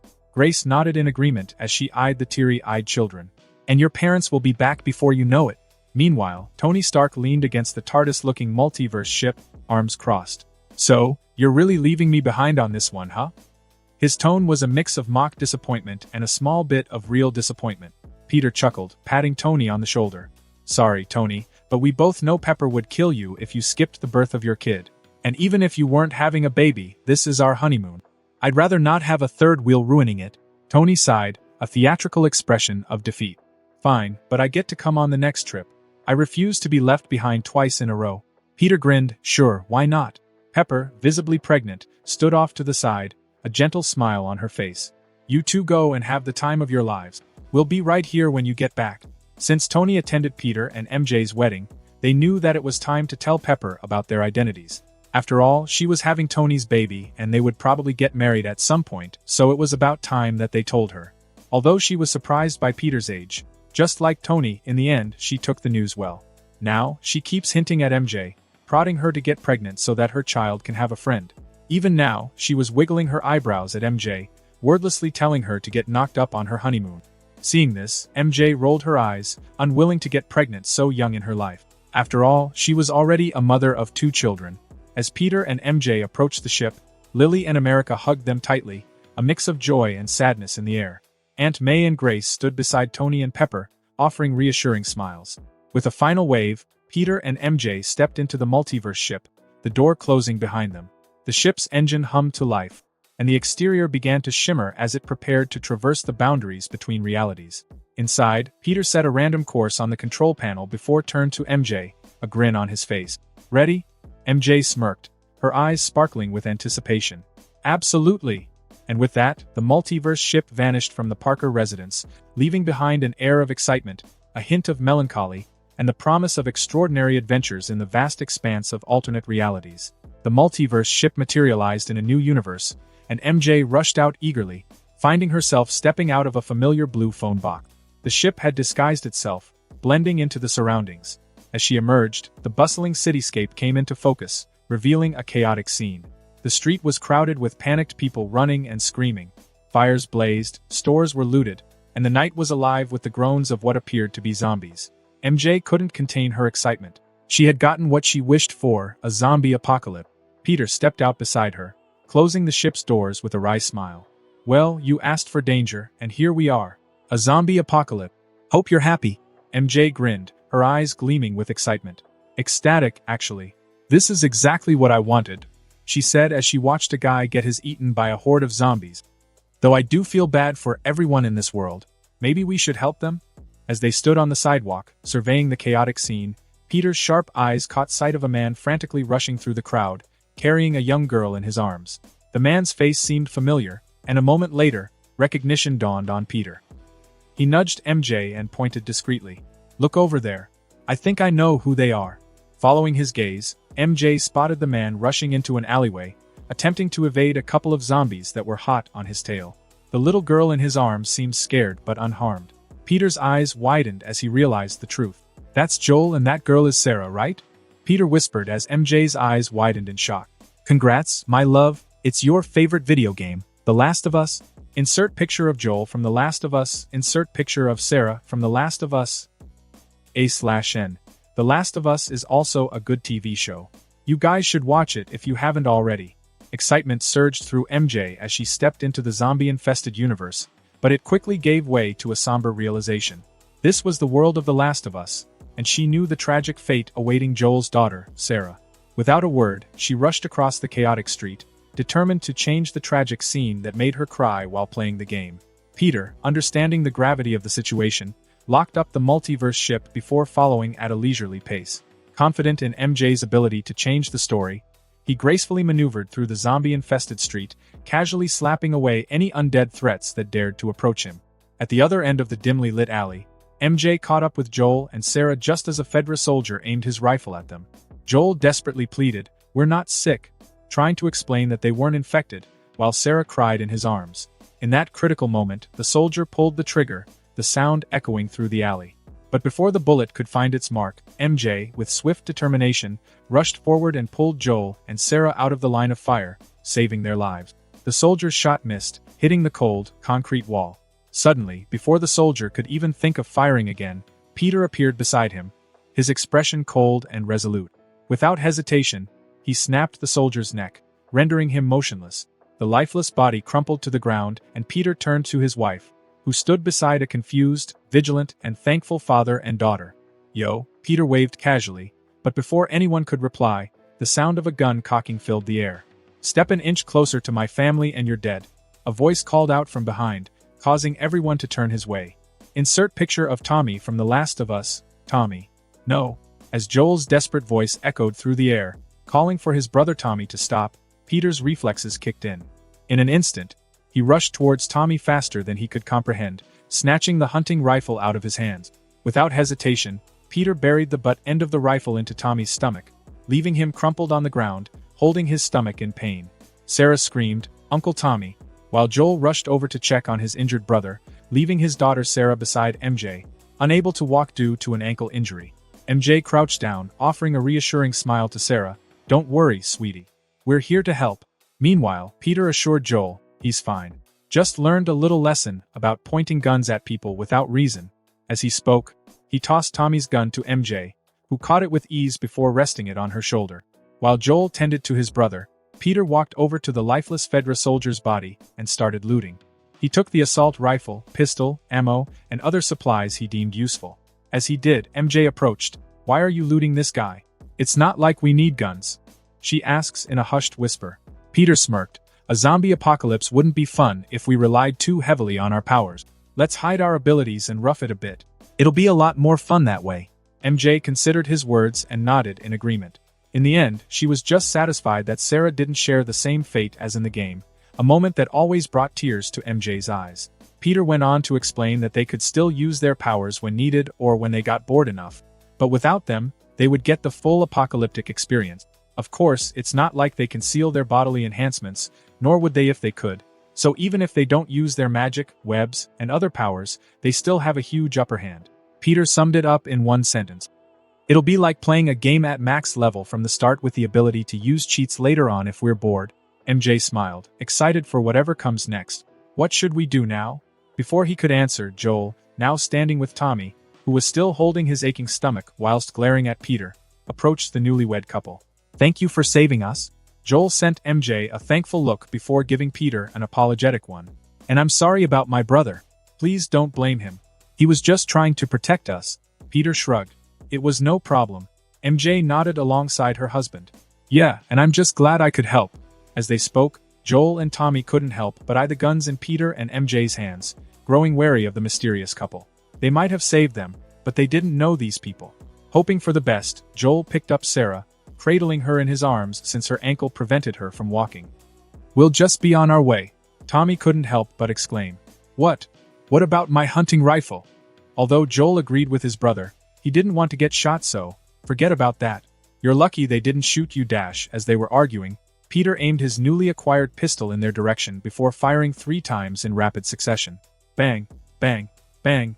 Joel's eyes widened as he kicked Tommy aside and shielded Sarah with his body, but after a few seconds, he realized the bullet didn't hit them. Craning his head upward, he saw a group of 3 zombies collapse to the ground about 2 yards away, each with a single bullet in their forehead. Peter, smirking, holstered his new pistol. "You're welcome, again," he quipped, the tension dissipating as they collectively realized that they'd just been saved for a second time. MJ put on a reassuring smile. "You don't have to rush off. We can dash." As MJ began to speak, her words were cut short by the sight of more zombies. Instantly, her and everyone else realized that they were drawn to the gunshots and yelling. In the distance, they could see a horde pouring through the town's alleyways, headed directly toward them. Dozens turned into possibly hundreds of undead, a relentless wave of rotting flesh and fungus, each step echoing an ominous threat. Acting quickly, Peter pulled out his pistol once again. He would save the assault rifle for later, keeping it strapped to his back for the time being. Opening fire, each bullet was like a homing missile, always finding its mark on a zombie's head. The shots rang out over and over, marked by the sound of bodies crumbling to the ground. "Follow me and stay close." Peter took charge, leading them toward a large brick building with barred windows at the back. The bricks, a seemingly sturdy barrier, and the metal bars provided an added layer of protection. The unknown structure loomed, offering an uncertain sanctuary in the midst of the approaching undead. Amid the chaos, Joel and Tommy exchanged a wary glance. They didn't know Peter and MJ, yet they had saved them twice now. Reluctantly, they decided to put some trust in this mysterious couple and did as Peter ordered. Reaching the back of the building with a zombie horde hot on their tail, MJ discovered a metal fire exit door, seemingly the only way in. However, it appeared to open only from the inside, lacking any handle on the exterior. Peering over her shoulder to make sure no one else could see, MJ, with a surge of strength, dug her fingers into the metal door and pulled it open, breaking the lock as it flung wide. Waving everyone inside, MJ strategically positioned her body to hide the bent and broken part of the door. As Peter, being the last to enter, slipped inside, he quickly pressed a kiss on MJ's lip. Meanwhile, Joel and Tommy, aware of the approaching horde, yelled for them to close the door. "What are you doing? Close the damn door." Seeing this, Sarah shared the same thoughts as her father and uncle, but she couldn't help but blush and turn her head away from the unexpected display of affection. Closing the door behind them, MJ subtly used a bit of magic to fix it, ensuring it would stay closed and secure. The repair was discreet, invisible to everyone except Peter. In the relative safety of the building's interior, the group caught their breath. The moans, shuffles, and banging of the zombie horde echoed outside, a reminder of the peril they narrowly escaped. Joel, catching his breath, eyed Peter and MJ with a mix of gratitude and wariness. "You too, you've got some skills?" Peter, holstering his pistol, offered a casual grin. "I'm Peter, by the way," he says as he gestures to the side. "And this is my wife, MJ." Joel nodded. "I'm Joel and this is my daughter, Sarah, and my idiot brother, Tommy." Tommy ignored his brother's words as he eyed the inside of the building, finding nothing but a clean, empty hallway. "Where are we? What is this place?" MJ, glancing around the dimly lit interior, responded, "Your guess is as good as ours. We're not actually from around here." Joel, though still cautious, acknowledged their predicament. "Fair enough. You saved us 3 times already, so I guess we can trust you. We'll stick together for now. But we need to figure out a plan. We can't stay here forever." Peter nodded in agreement, agreed. "We'll need supplies, a vehicle, and a plan to get out of town. Let's make sure this place is sealed and see if there's anything useful lying around. Then we can discuss our next move." As Peter finished speaking, Tommy's eyes lingered on the gun in MJ's hand. Hesitantly, he spoke up, "Hey, can I have my rifle back? It was mine to begin with." MJ shrugged nonchalantly, tossing the gun back to him. Simultaneously, she reached over to Peter's back, deftly pulling the assault rifle off and claiming it as her own. "This one's better anyway," she remarked, glancing at Peter with a mischievous grin. Peter clicked his tongue in mock irritation. "Not cool," Peter complained. "That was my loot." MJ chuckled, giving a playful wink. "Consider it a wife tax. What's yours is now mine, babe." Joel and Tommy exchanged sympathetic glances, having experienced similar dynamics in their own lives. Sarah, however, laughed and looked at MJ holding her new rifle with admiration, as if she were the coolest person she'd ever seen. With the weapons distributed, the group split up. Joel carried Sarah, following Tommy in one direction, while Peter ventured in another. Peter gestured for MJ to follow Joel and Tommy. "I know you want to make sure Sarah's safe," he said, understanding her protective instincts. Walking through the halls and rooms of the building, Peter realized that it was a police station, explaining the bars on the windows. It seemed empty, as if the staff had either left town or the station was closed when chaos erupted. Even the jail cells were empty, which was probably normal for a small town like this. Speaking of the town, Peter was finally able to see where they were. A plaque on the wall displayed Wimberley, Texas. Texas? I guess we won't have to worry about finding guns and ammo, Peter thought. Reaching the front entrance, Peter noticed it filled with zombies who had broken through the glass doors. However, the lobby was sealed away from the rest of the building, thanks to sturdy metal doors and bulletproof glass separating it from the receptionist's desk. The design likely aimed to prevent any potential danger from reaching the police on duty. Ensuring the doors were locked and there was no other way for zombies or others to breach from the lobby to the rest of the building, Peter went to find MJ, but suddenly, he heard multiple gasps with his enhanced hearing. Walking over at a normal pace, as he knows MJ is there to protect them, Peter found everyone standing outside a locked armory door. Through the small window, they could see an impressive array of police equipment. Everything from assault rifles, stun grenades, riot shields, shotguns, bulletproof vests, and tons of ammo.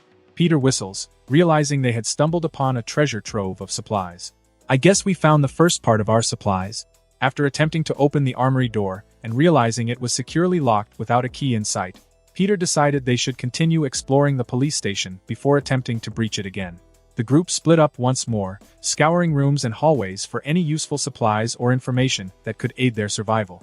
As everyone met back up after clearing the entire building, the absence of any living person inside and the secure nature of the structure offered a brief moment of relief for Joel, Sarah, and Tommy. They gathered in a large room filled with desks, taking a collective breath as they took a seat. The adrenaline that had sustained them through the immediate danger now dissipated, leaving them shocked by the harsh reality of the apocalyptic scenario they found themselves in. Joel, attempting to make sense of their situation, voiced the questions swirling in their minds. How did this happen? Why are these people turning against each other? Anxiety and fear resonated in his voice. Tommy chimed in. "I told you, they're infected." "Infected with what?" Joel asks in exasperation. "Because this ain't just some cold or flu. They're out there hunting people. It's that fungus on them, I think," Tommy said thoughtfully. "It's like it's controlling them or something."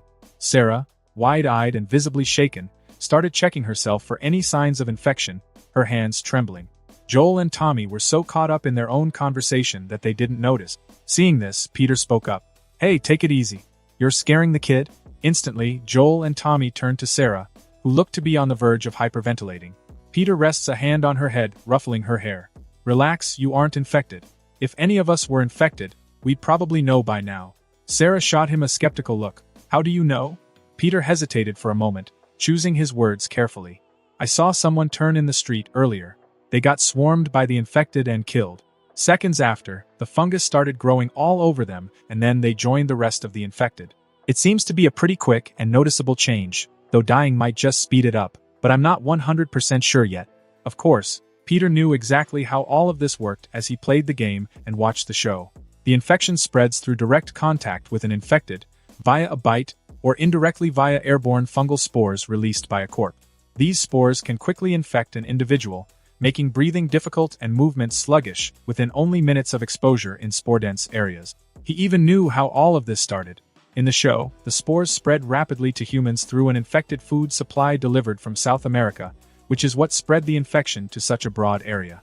Although it originated in one place, the spores were transported in trucks, ships, etc. until it spread all over the world.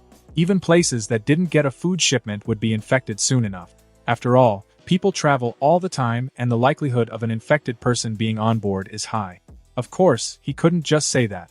At least not until he can pretend to look into it or something. Peter continued. "Trust me, you're all fine for now. Just don't let any of the infected touch you and stay away from any sort of fungus, or else things might get complicated. Because that seems to be the way it spreads." "Okay." Sarah nodded her head, calmer now that she knows how to avoid turning.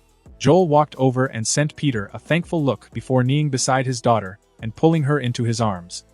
"It's all right, we won't let anything happen to you. I promise." Tommy nodded in agreement.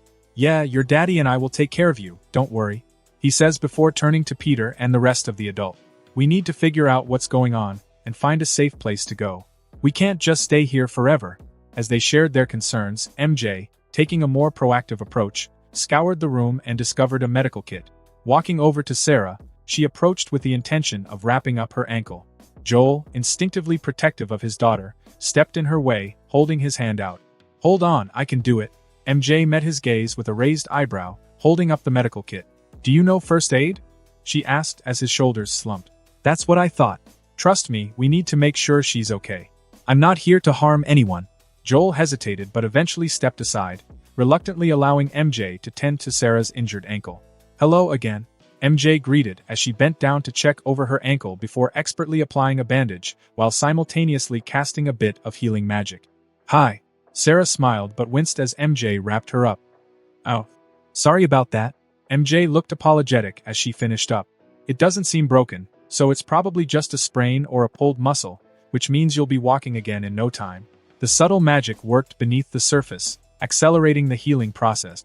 It wouldn't be more than a couple of hours before Sarah would be able to walk again. With Sarah all patched up, Peter took a seat at a desk with a computer. Curiosity and urgency mingled in his expression as he asked, "Anyone know if the internet is still working?" He glanced around, looking for confirmation. MJ, sitting beside Sarah, replied, "There's only one way to find out." As Peter booted up the computer, Tommy and Joel came up behind him, their interest peaked.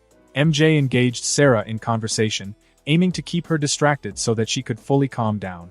As the computer turned on, the trio of men watched with anticipation.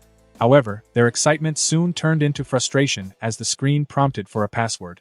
Joel and Tommy exchanged annoyed glances, realizing they didn't have the information needed to unlock it.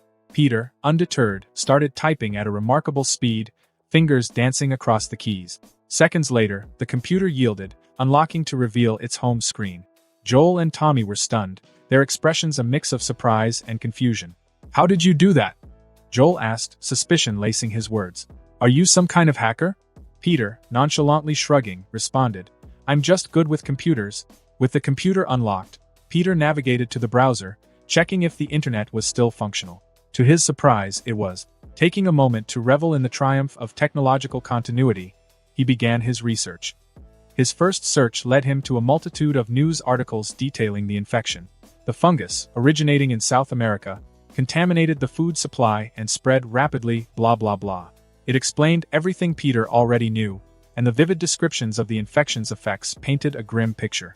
Joel and Tommy, reading over Peter's shoulder, absorbed the gravity of the situation. The news articles depicted a world in chaos, with major cities like New York being hit the hardest due to their densely packed populations. Moving on, Peter found a list of food products infected with the fungus, mainly flour and wheat-based items. This information was crucial for their future survival. Well, maybe not Peter and MJ since they have spells that protect them, but it's still important info for everyone else. Peter noted down what to avoid and handed the paper to Joel. Make sure to memorize and avoid those foods, unless you want to start growing fungus like everyone else. Done with the immediate concerns, Peter turned to the group. Is there anything else I should search for before the internet goes down? He gazed at them, awaiting their input. MJ had a good suggestion. Download or print some survival guides and information that might help us in the future. Things like how to make medicine, concrete, steel, furnaces, factories, cars, clothes, guns, and anything that could be useful in the long run. Peter smirked, acknowledging her foresight. Smart thinking. We might need these things sooner than we think. Well, technically, Peter and MJ probably won't need it, as they wouldn't be here that long, but the information would certainly prove helpful for Joel, Tommy, Sarah, and anyone else they pick up along the way.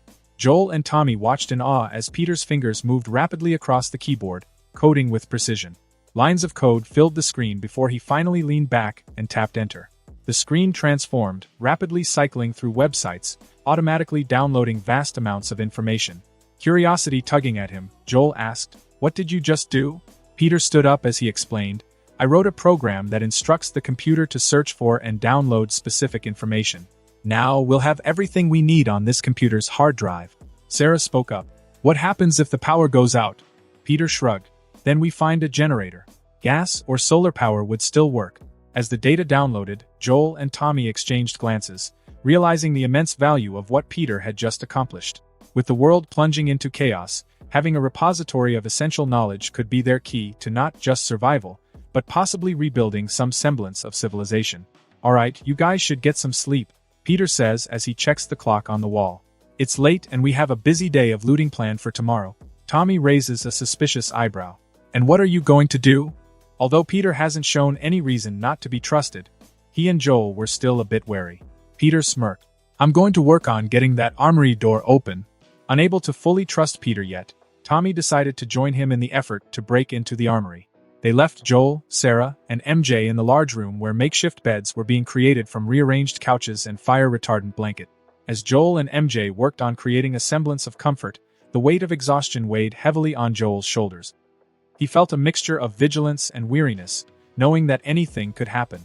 As the makeshift beds took shape, Joel couldn't help but cast an occasional glance in MJ's direction.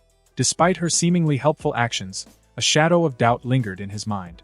However, fatigue soon took its toll, and Joel succumbed to the physical and emotional exhaustion that accompanied the chaotic events of the day. He worked a double shift today and still didn't get a wink of sleep, and on top of that, today was his birthday. Worst birthday ever, Joel thought as he drifted off to sleep. Sarah, ever perceptive, noticed her father finally succumbing to sleep.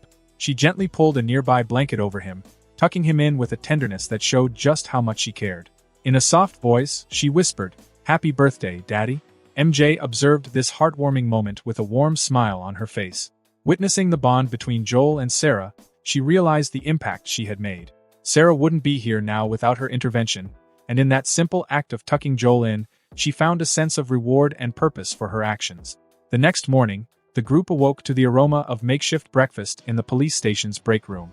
Joel, Tommy, and Sarah, who was now walking fine thanks to MJ's magical healing, followed the smell and found Peter and MJ concocting a meal from what appeared to be leftovers from the station's fridge with the help of a microwave and a toaster oven. "Good morning," Peter greeted them with a wry smile. "Hope you're ready for a gourmet police station breakfast." Tommy chuckled. "I've had worse. At least it ain't an MRE." As they sat down to eat, MJ joked dryly, "Who needs a 5-star restaurant when you have a toaster oven and a microwave?" This may be the hardest part of Peter and MJ's little apocalypse honeymoon, the lack of tasty food. But thankfully, they weren't normal survivors. They could cheat wherever they felt like it.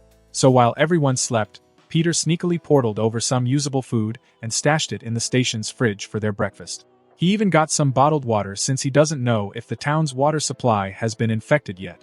Shrugging his shoulders, Peter added, "Be thankful the power's still on. Without it, we'd be enjoying some very cold and probably expired meals." As everyone sat around and ate, they began to realize that in their situation, simple joys like a warm meal were to be cherished. Joel, despite his reservations about Peter and MJ, which were swiftly diminishing as time went on, found himself appreciating the help and company. After all, they'd be in a much worse situation without Peter and MJ. That was a cold hard fact which he couldn't refute. After the meal, Peter cleared his throat, drawing attention. "So, last night, Tommy and I found the key to the armory and moved all the weapons to the cars that we're taking." Of course, they didn't find the key. There's no way that the police would just leave it lying around for anyone to find. Instead, Peter had to work a bit of magic whilst also fooling Tommy, who refused to trust Peter with the guns whilst his family was sleeping. Of course, he and MJ were gaining Tommy and Joel's trust little by little, so it would be long before they were considered trusted friends. Joel raised an eyebrow, curiosity evident in his expression. "Cars? What cars?" Peter grinned. "Follow us." The group trailed Peter and Tommy through the dimly lit hallways until they reached the underground garage. The cavernous space housed a tiny fleet of police vehicles. Peter pointed to 2 police SUVs, already loaded with the supplies from the armory. "We'll be taking these. More space for weapons, and we'll need even more room for the supplies we'll be gathering today." Joel surveyed the cars and the provisions with a nod of approval. "Alright, what's the next move?" All eyes turned to Peter as he seemed to have taken a leadership role within the group. Reaching into his pocket, he produced a map of the town he had found in the station and spread it across the hood of one of the SUVs. Pointing to a nearby location, he explained, "This is the closest supermarket, and our next objective. We'll gather non-perishable items like canned goods, dried fruits, nuts, and bottled water. Energy bars and snacks too, for quick food on the go and the occasional craving. But remember the list I gave you. We want to avoid anything infected." The group nodded in understanding, aware of the importance of securing food without falling prey to the deadly infection. The mission was clear: and Peter's practical approach reassured them. Raising her hand, as if she were at school, Sarah spoke. How are we going to avoid the infected? I mean, the whole town is probably full of them by now. We don't. Peter answered matter-of-factly, surprising everyone. It's literally impossible to avoid running into them. We can do our best to take a less populated route, but in the end, we'll be fighting our way in and out of everywhere we go. As Peter's words settled in, everyone realized that this wouldn't be as easy as your average grocery shopping. It would be more akin to a military extraction than anything else. Seeing everyone's mood turn somber, Peter smirked as he quickly opened the trunk on one of the cars, revealing all sorts of weaponry and ammunition. Thankfully, we have enough firepower to go to war, so we should be fine. MJ smirked alongside him. God bless America. Tommy couldn't help but smile as well. No, God bless the great state of Texas. As the mood turned much lighter than before, Peter began detailing his plan so there wouldn't be any confusion later on.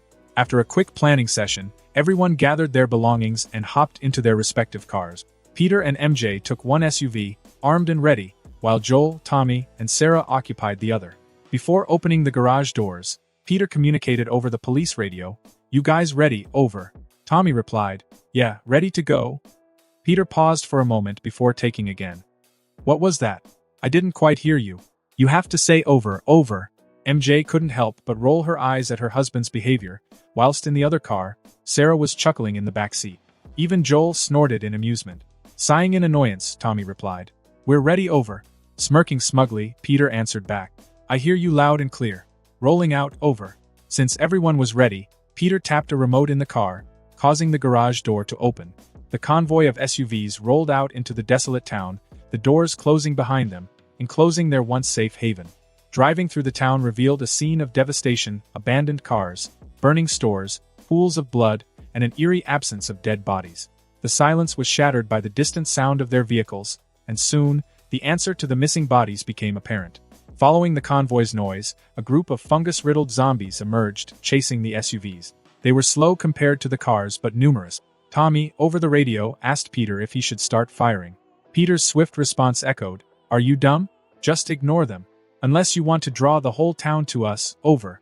As the convoy navigated through the town, the trailing pack of zombies grew, a grotesque parade accompanying them towards their destination, the supermarket. Arriving at the supermarket, the group found the parking lot littered with cars, a testament to the numerous attempts by others to secure supplies. The radio crackled with Peter's voice. Well, looks like a popular spot. Everyone, be on guard. We're not the first ones here. Though it doesn't look like anyone survived, MJ remarked as she eyed the many infected wandering the area. As they parked their SUVs at the front of the supermarket, trunks wide open for easy loading, Peter barked orders. MJ, Tommy, you're on shopping duty. Joel and I will cover you from out here. Let's make this quick and efficient. The longer we stay here, the more infected will swarm the area. Exiting the vehicles, the group faced a swarm of infected approaching from the supermarket's entrance and parking lot. Without hesitation, Peter, MJ, Tommy, and Joel opened fire, the booming gunfire echoing through the once bustling parking lot. After cleaning the entrance, MJ and Tommy rushed inside to clear the rest of the building before starting their shopping spree. Inside the supermarket, MJ and Tommy navigated the aisles, methodically clearing out infected before collecting supplies. Back outside, as Peter and Joel continued their assault on the undead, who were drawn by the loud gunfire, Sarah, still in the car, peered out and asked, What should I be doing? Joel, concentrating on eliminating threats, replied, Stay in the car, Sarah. We've got this. Undeterred, Sarah protested, I can help. I don't want to just sit here, she says as she eyed one of the many guns in the car. I can shoot with you, no? Joel exclaimed as he continued to fire. Stay in the dash. Before Joel could continue, Peter interjected, I agree that she shouldn't be using a gun, at least not yet. But she could load the cars when MJ and Tommy bring the supplies. If it's okay with you, of course. Joel hesitated, glancing at Sarah. Fine, but you follow orders, understood? If I say get in the car, you get in the car. No arguments, no delays. Sarah agreed, a determined look in her eyes. As they spoke, the sound of gunfire intensified, drawing more and more infected towards them. As the horde closed in, Peter and Joel continued their defensive onslaught. Peter's precise shots seemed to find their marks effortlessly, providing cover for Joel, who was less accurate but no less determined. The onslaught of zombies proved relentless, but the group's firepower prevailed. Finally, MJ and Tommy emerged from the supermarket with carts loaded with food and water. They left the carts for Sarah to load into the cars and swiftly returned inside for more.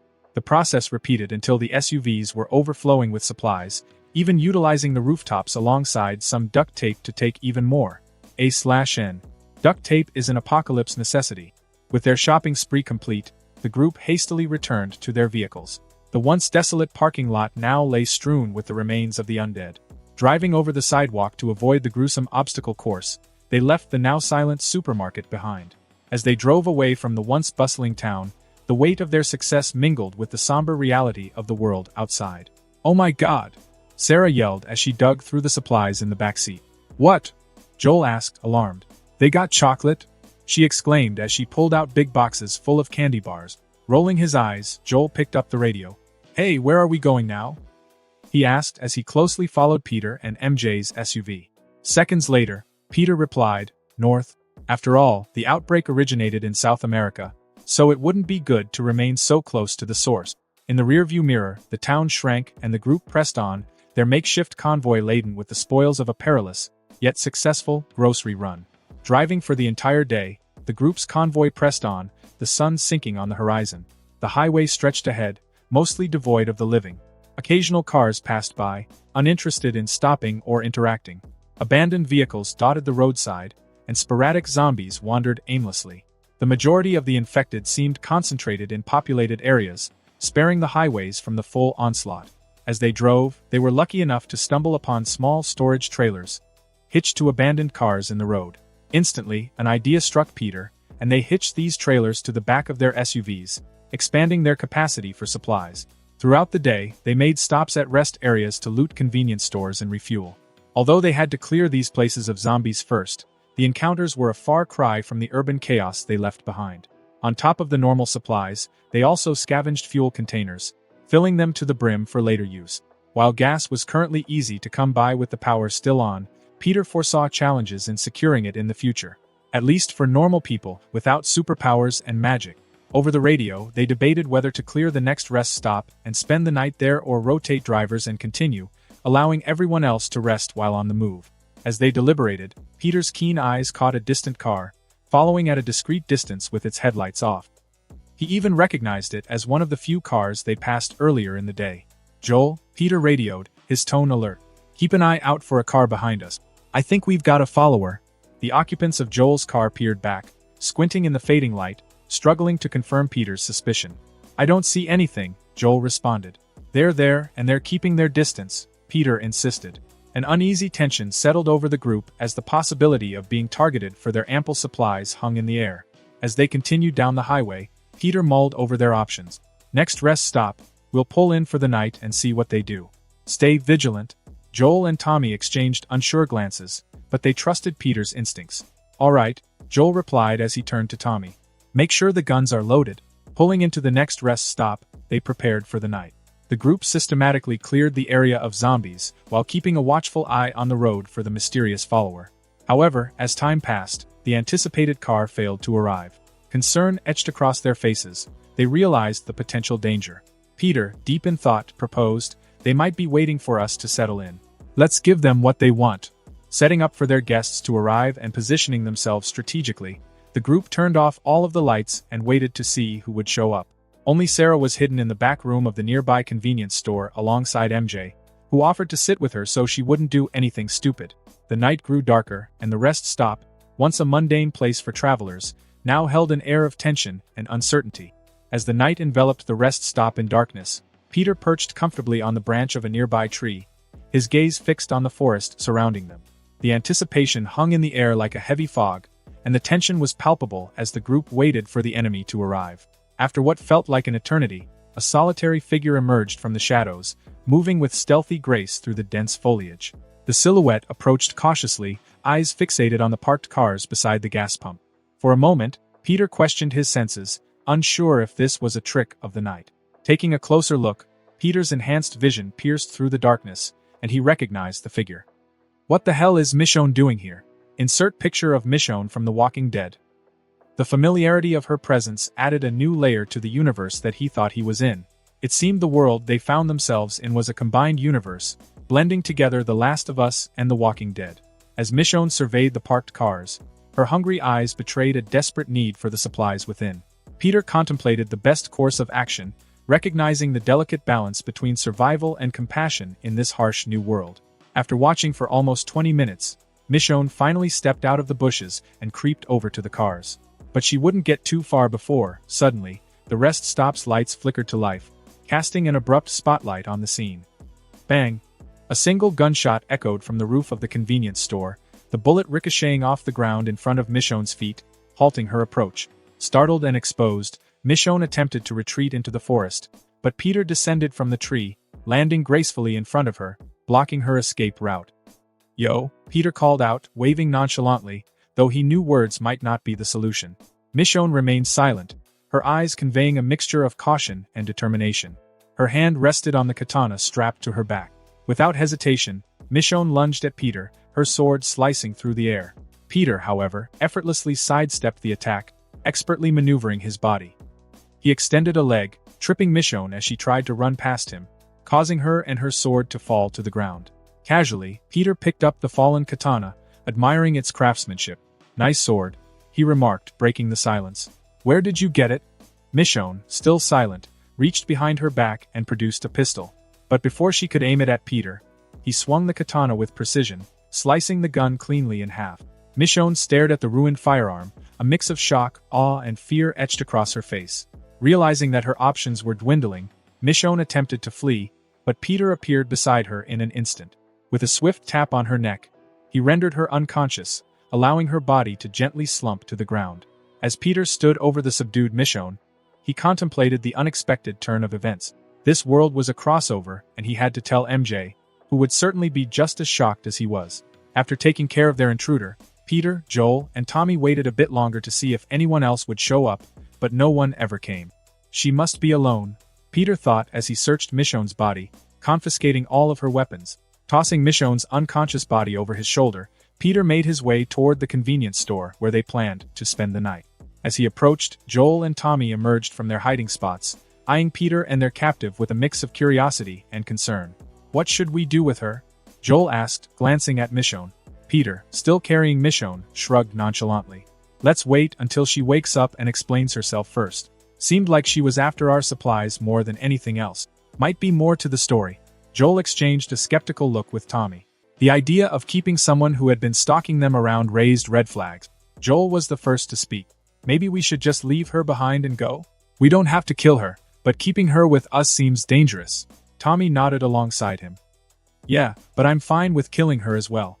After all, she can't try to rob us again if she's dead." They voiced their concerns, wary of the potential danger she might pose, especially to Sarah. Peter brushed off their worries, knowing that he could easily protect them. Though this did highlight a future problem. "Maybe I should magically vet everyone that joins our group from now on?" Peter wondered. After all, betrayals aren't a rare thing in an apocalyptic setting, so it might be smart to make sure the people they take in are trustable, upright individuals. Especially now that he knows this is a crossover universe. "Look, we need answers before we make any decisions," Peter explained, glancing between Joel and Tommy. "I'm not saying we trust her, especially after she just tried to rob us, but questioning her might give us a better picture. She might even know some information that we don't." Joel weighed the options, considering the potential risk. After a moment of contemplation, he agreed, albeit with a condition. "Keep her away from Sarah." "Agreed," Peter responded as he walked toward the entrance of the convenience store. Inside the store, he gently placed Michonne down on a sleeping bag, securing her hands and feet with zip ties to be safe. As Joel and Tommy went to check on Sarah, MJ walked out from the back, freezing in her tracks at the sight of Michonne. "Is that who I think it is?" MJ asked, turning to Peter, who nodded in confirmation. "The one and only Michonne," Peter replied, echoing MJ's realization. "This world seems to be a combination between The Last of Us and The Walking Dead.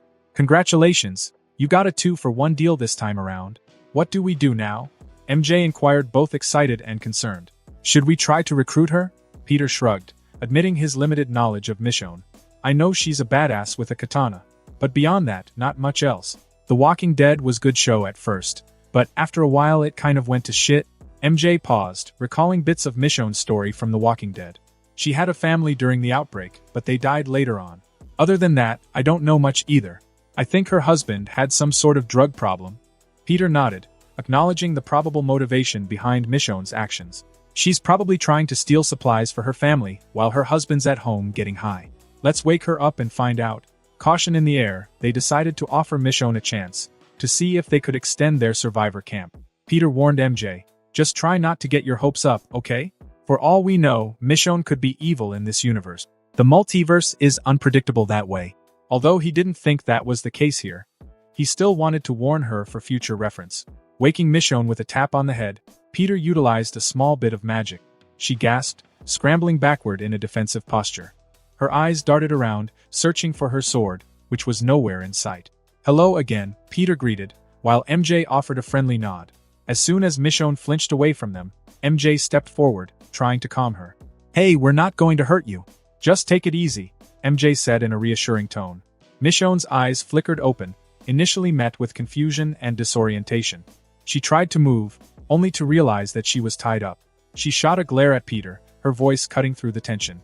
If you're not going to hurt me, why the hell am I tied up? Peter, rolling his eyes, retorted, Really? You attacked us when you got caught trying to steal our supplies. Would you prefer we give free rein to someone who just tried to rob us? Michonne looked down, a mix of shame and annoyance etched across her face. The reality of her actions sank in as the weight of her unsuccessful theft hung in the air. As the conversation unfolded, Peter took the lead in questioning Michonne. Let's start with the basics. Why were you trying to rob us? Are you alone, or do you have others with you? Have you done this before? And the million-dollar question, have you killed any innocent people lately? Michonne hesitated for a moment, her eyes darting between Peter and MJ. Look, I needed supplies. I'm alone. I've done what I had to do to survive, but I've never killed anybody before, besides the infected, that is. If you let me go, I promise to leave and never bother you again. You have my word. Peter, skeptical but wanting to verify her claims, decided to employ a bit of telepathy. He delved into Michonne's mind, probing for sincerity and potential hidden intentions. It was a delicate dance, respecting her privacy while ensuring the safety of the group. As he sifted through her thoughts, he picked up on a sense of desperation, a struggle for survival in the harsh post-apocalyptic world. Apologies echoed in her mind, mingling with images of loss and the fight to protect loved ones. Michonne grew up in Arkansas, which was different from her TV show counterpart. She came from a middle-class family, where she grew up with a keen interest in both modern art and literature. At some point later in her life, Michonne entered into a relationship with her boyfriend Mike. They went on to have a son named Andre, whom Michonne affectionately nicknamed Peanut. The three lived together as a family and presumably enjoyed a privileged and lavish lifestyle. Michonne also came to befriend Mike's closest friend Terry. At the onset of the outbreak, Michonne found a katana upon which she began to hone her survival skills to perfection as a result of encountering and killing the infected. Sometime later Michonne, Mike, Terry, and Andre journeyed to a refugee camp where they settled. Quickly, several members abandoned the camp due to events worsening. Michonne chose to remain there despite this, which often resulted in several arguments between her and her boyfriend, who has been acting weirder and weirder lately. Was MJ right? Is he doing drugs behind her back? Peter wondered as he continued reading her mind. And finally, earlier today, she decided to go out and gather some supplies for her family, mainly her son, who is a toddler, since no one in their camp wanted to go out anymore. After all, everyone who left for supplies never came back, making them scared to leave the safety of their hiding place, even if it meant starving to death. And then she saw us driving by with supplies duct taped to the roof and decided to steal one of our cars. Peter summarized as he finished invading her mind. All while her useless boyfriend hides away from the world back in their camp. Satisfied that Michonne wasn't an immediate threat and empathizing with her plight, Peter withdrew from her mind. Alright, although you didn't say much, I don't think you're lying. He motioned to MJ to untie Michonne. I can give two options, and luckily for you, neither include you dying today. We can either give you enough food for one person and send you on your way, or you can try to join our group. Though you'll have to earn some trust first, and that's easier said than done. Peter offered as MJ cut her hands and feet free. Michonne's eyes widened, not expecting to get such an offer from the people that she just tried to rob. If she were in their position, she would have either tied them up and left them in the middle of the woods, or killed them. Peter continued. We're giving you a chance here, so what do you want to do? Michonne, rubbing her wrists after being freed, reluctantly shaking her head. Thank you for your offer, but I'll just take the food and be on my way. Although she could tell that Peter and his group seemed friendly and reliable, Based on their offer and the copious amount of supplies, she had a family to take care of, and she couldn't risk the life of her loved ones, especially her son, for a chance that might lead to a worse situation than they were already in. Fair enough, Peter shrugged whilst MJ frowned. After all, she wanted to recruit Michonne into their group. Leaving Michonne to MJ, who kept a watchful eye on her, whilst trying to change her mind, Peter packed a bag with enough food and supplies for one person, true to his promise. As he packed, Joel, emerging from the convenience store, looked at Peter with a raised eyebrow. "What are we doing about our guest?" Peter, continuing to pack the bag, replied, "She's leaving. I'm giving her some supplies to help her out." Joel, not entirely thrilled about giving away supplies, especially to someone who had just tried to rob them, nodded reluctantly. He was just glad that she was leaving. After all, he didn't have the luxury of trusting strangers, not while he had a daughter to protect. Of course, his skepticism and wariness were traits that would serve him well in this new post-apocalyptic world. As the first light of dawn began to pierce the darkness outside, the group drove Michonne back to her car, where they handed her the bag of supplies and her katana. The tension lingered in the air as they exchanged curt goodbyes. As Michonne watched their two-car convoy drive away, a conflicted expression painted her face. She yearned for the security and resources that Peter's group seemed to possess, but her hard-earned instincts cautioned against trusting too easily in this unforgiving world. Alone in the driver's seat of her car, Michonne opened the bag they had given her. The contents went beyond mere sustenance. Alongside the food, she found a pistol, some ammo, a portable police radio, and a note. The note, signed by Peter, read, "Be safe and contact us if you change your mind." It included a radio frequency for communication. Michonne couldn't help but smile, realizing the missed opportunity to join a group that seemed genuine in their offer of assistance. Regret gnawed at her, but the practicalities of survival took precedence. Her family awaited her return, and she needed to bring back whatever supplies she could scavenge. As the convoy disappeared from view, Michonne revved the engine, making her way back to her camp with a mix of gratitude and uncertainty. The radio and supplies provided a lifeline, a connection to a group she might never see again. Driving back to her camp, the bag of supplies nestled beside her, Michonne couldn't help but feel a glimmer of hope. The thought of surprising her son, Andre, with some tasty food and a few treats, including candy, lifted her spirit. Peter's unexpected generosity showed in the assortment of items he had provided. The camp, situated in a secluded camping grounds nestled within the woods, seemed peaceful as Michonne approached. However, the smile on her face began to fade as the distant sounds of gunfire reached her ears. A gnawing fear gripped her heart, urging her to hurry back to her loved ones. As she neared the camp, the initial shock gave way to chaos. Dozens of zombies roamed freely, their groans blending with the sporadic gunfire. Panic settled over the camp, and Michonne's instincts kicked in. She slammed her foot on the gas pedal, rushing toward the heart of the unfolding nightmare. Upon arrival, the scene was a chaotic picture of horror. Dozens of zombies overran the camp, and even more lurked in the shadows of the surrounding trees. Michonne wasted no time. Grabbing her katana and a pistol, she leaped out of her car, determined to cut through the undead and reach her family. Screaming for Andre and her boyfriend Mike, Michonne carved a path through the infected. Blood spattered her clothes as she dispatched one after another. The air echoed with the sounds of desperate survivors and the gruesome demise of those unlucky enough to be caught. Approaching her tent, dread pooled in Michonne's stomach. What she found was beyond comprehension. Mike and his friend Terry sat in foldable chairs, needles in their arms, completely oblivious to the zombies currently feasting on them. Their blissful, zoned-out faces stared vacantly into the sky, lost in their drug-induced haze. Instantly, Michonne realized the heartbreaking truth. Mike had neglected his responsibility to protect their child, succumbing to a drug addiction alongside his idiot friend.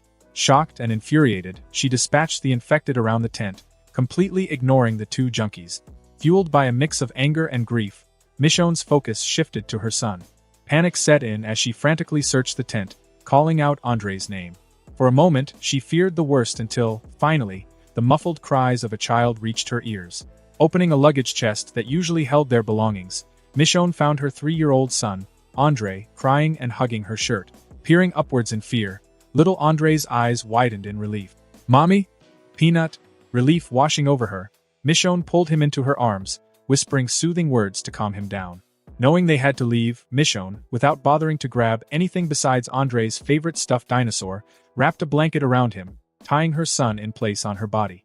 The reality of the situation hit her, and tears streaked down her face as she killed zombies on her way to the car. With Andre safely in her arms, She drove away from the nightmare that had become their once peaceful camp. Although she felt bad for leaving the father of her child behind, Michonne knew that Mike was infected and would turn soon enough. She wasn't willing to risk her son's life for a dead man who couldn't even do his job properly. As the engine roared, Michonne glanced at the radio Peter had given her, contemplating whether to contact the group that had offered her a chance earlier. The weight of the decision hung in the air as she drove into the uncertain future, her son now sleeping soundly in her arms. Little did she know that her encounter with Peter changed the grim fate of her son. Thanks to the supplies he had given her, Michonne was able to return to the camp sooner than she originally would have, allowing her to make it in time to save her little peanut. A few hours had passed since Michonne parted ways with Peter's group. MJ, sitting sulking in the car beside Peter as he drove, couldn't shake the disappointment from her expression. She had hoped to recruit Michonne into their growing group of survivors, but the woman had declined their offer and left. Peter glanced over at MJ, his lips curling into a teasing smile. He understood why she was upset. She wanted to bring people into their fold, envisioning a larger community, and later, a base where they can live together before they had to leave this world. But Michonne's refusal had put a damper on those plans. MJ, unable to contain her frustration, finally asked, "What's so funny?" Her pouting face was met with Peter's gentle amusement. "Why so glum, my love? You can't expect every character that we meet to join us so easily," Peter said, his eyes focused on the road ahead. MJ bristled a bit, her frustration evident. "Well, yeah, but Michonne is one of the cooler Walking Dead characters, so I might have gotten my hopes up." Peter chuckled. I know. But hey, don't worry too much. We'll see Michonne again sooner than you think." MJ shot him a questioning look. "How can you be so sure?" Peter's smile turned mysterious, and before MJ could inquire further, the radio crackled to life. A familiar voice echoed through the car, and MJ's eyes widened in recognition. Hello. Is this the right frequency?" It was Michonne. As Peter picked up the radio, a sly smirk played on his lips. Well.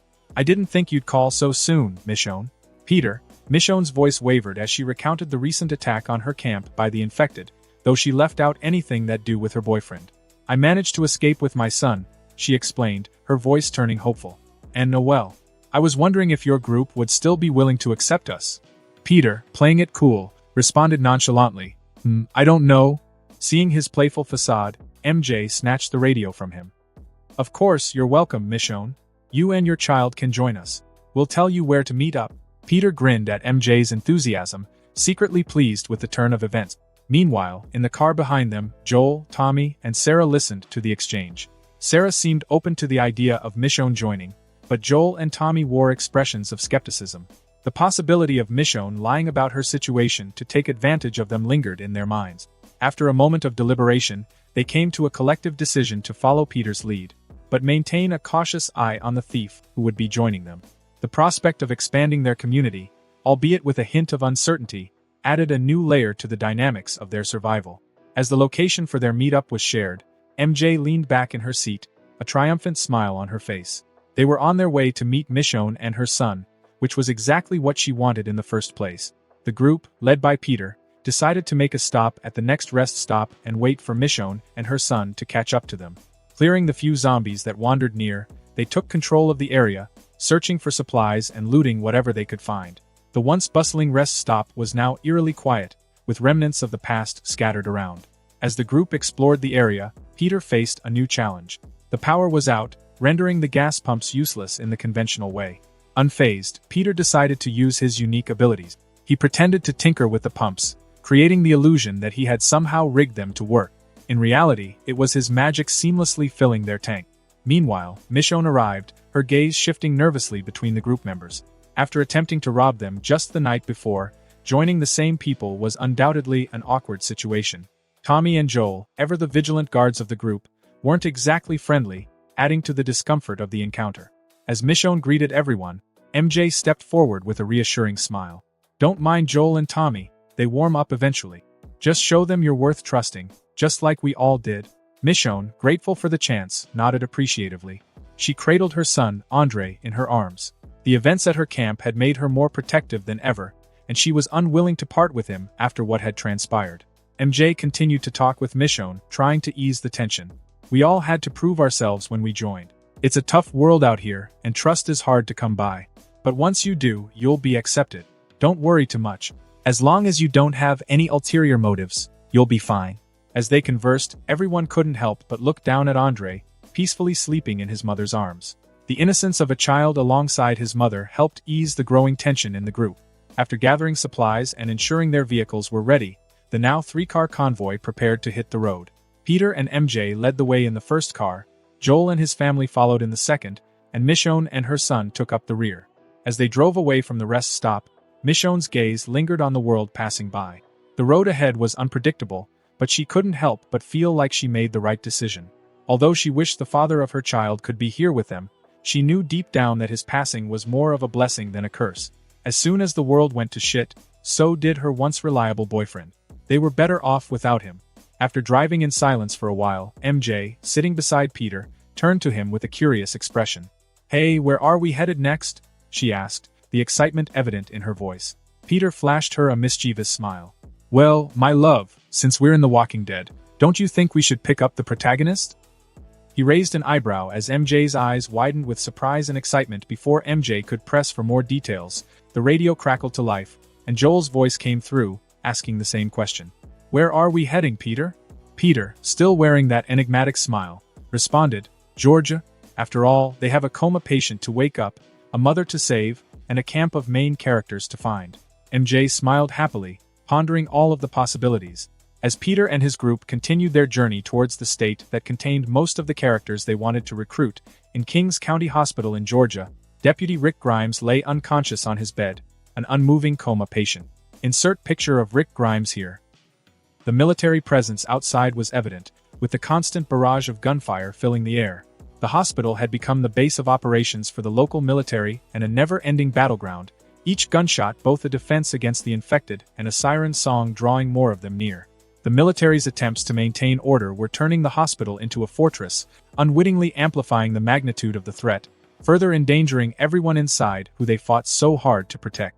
Amidst the chaos, the military personnel worked tirelessly to secure the hospital, using up an uncountable amount of ammunition each and every day, exhausting their supply. After all, not everyone can have 100% accuracy like Peter. Even for trained soldiers, wasted ammo was a normal occurrence. Not too far away, in a nearby neighborhood, overrun by the infected just like everywhere else, Morgan Jones and his family, Jenny and their son Dwayne, huddled in their fortified home. Insert pictures of the Jones family here. The windows were boarded up, and an air of silence enveloped the residence. Having learned early on that sound attracted the infected, the Jones family lived by the mantra of staying quiet to stay alive. The distant echoes of gunfire and the shuffling of passing zombies served as a grim reminder of the world they now inhabited. Across the state, at the Quint Materials Company Road Base Quarry, a camp of survivors began to take shape. Rick's partner and trusted friend, Deputy Shane Walsh and Lori Grimes, Rick's wife, found themselves entwined in a clearly sexual embrace away from prying eyes. Insert picture of Shane, snake friend. Here, insert picture of Lori, cheating bitch. Here. Some might think that this relationship started during the outbreak, when Shane took responsibility for Rick's family and protected them from the infected, but they would be wrong. Even before Rick's absence, due to his coma, Shane and Lori were romantically involved behind his back. Except now, instead of trying to hide their misdeeds from her husband, they were hiding from her son, Carl, who was currently sulking in a nearby tent, wondering if he'll ever get the chance to see his father again. Insert picture of Carl here. A whole day and night passed as Peter and his growing group of survivors crossed into the state of Georgia, where they would no doubt expand their group even further. I wonder if I can recruit the soldiers at Rick's hospital? Well, that is, if they aren't dead or gone by the time we get there. Peter wondered. After all, he had big plans, and big plans required a lot of man and firepower. The 3-car convoy led by Peter cruised into Kings County, Georgia, a state rife with the echoes of gunfire and the palpable tension of the apocalypse. The cityscape bore the scars of survival, buildings standing as silent witnesses to the struggles that had unfolded within their walls. As they drove deeper into town, the distant sounds of gunfire grew louder, creating an unsettling ambience. The group, now seasoned in navigating the dangers of this new world, exchanged wary glances. Meanwhile, Peter and MJ smirked at one another, alone in their car together. "It sounds like the military is still alive and well at the hospital," Peter commented, his plans for a military recruitment looking good. MJ couldn't help but ask, "How are you planning to recruit them?" Peter just smiled mysteriously. "I guess you'll just have to wait and see." Continuing their way into the city, the infected, drawn to the commotion like moths to a flame, ignored their cars and swarmed toward the source of the gunfire, running far faster than the zombies from The Walking Dead show. Over the radios, Tommy's voice crackled in, breaking the tense silence. "What the hell is going on up ahead? Anyone got eyes on the situation?" Joel's voice joined the conversation, skepticism evident in his tone. "Could be more survivors. Could be trouble. We should be cautious and give them a wide berth." Peter, taking a thoughtful pause, chimed in, "It's a risk, but we won't know until we check it out. It could be a camp of survivors trying to clear out the city, or even the military. There's far too many gunshots for it to be anything else." Michonne, ever watchful, added, "Or potential threats. I've seen how unpredictable people can be." Joel, listening to the exchange, felt the weight of the decision hanging in the air. "Peter, what do you think? Should we investigate?" Peter, steering the lead car with a sense of purpose, responded, "We go and see. We don't commit to anything until we assess the situation. If it's trouble, we back off. If it's the military or survivors who need help, we evaluate from there." With everyone in agreement, the convoy continued its path through the eerily empty streets, the unsettling sounds of gunfire seeming to never end. The infected, driven by instinct, swarmed towards the noise, their moans and shuffles filling the air. As the group approached the source of the disturbance, the tension in the convoy grew palpable. The decision to investigate hung in the air like a delicate balance, each member contemplating the potential risks and rewards. The convoy, guided by the echoes of gunfire, moved closer to the source of the commotion. However, as they approached, the intensity of the gunfire seemed to wane, replaced by prolonged breaks of unsettling silence that hung in the air like a foreboding shadow.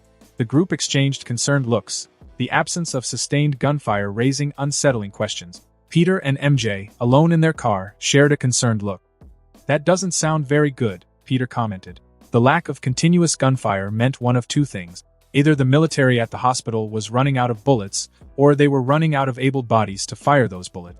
Either way, it wasn't a good situation to be in.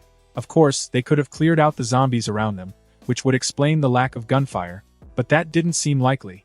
After all, just driving down the road now, Peter could see dozens of infected swarming towards the gunfire. The convoy pressed forward through the streets, the unsettling sounds of gunfire continuing, guiding them to the heart of the disturbance.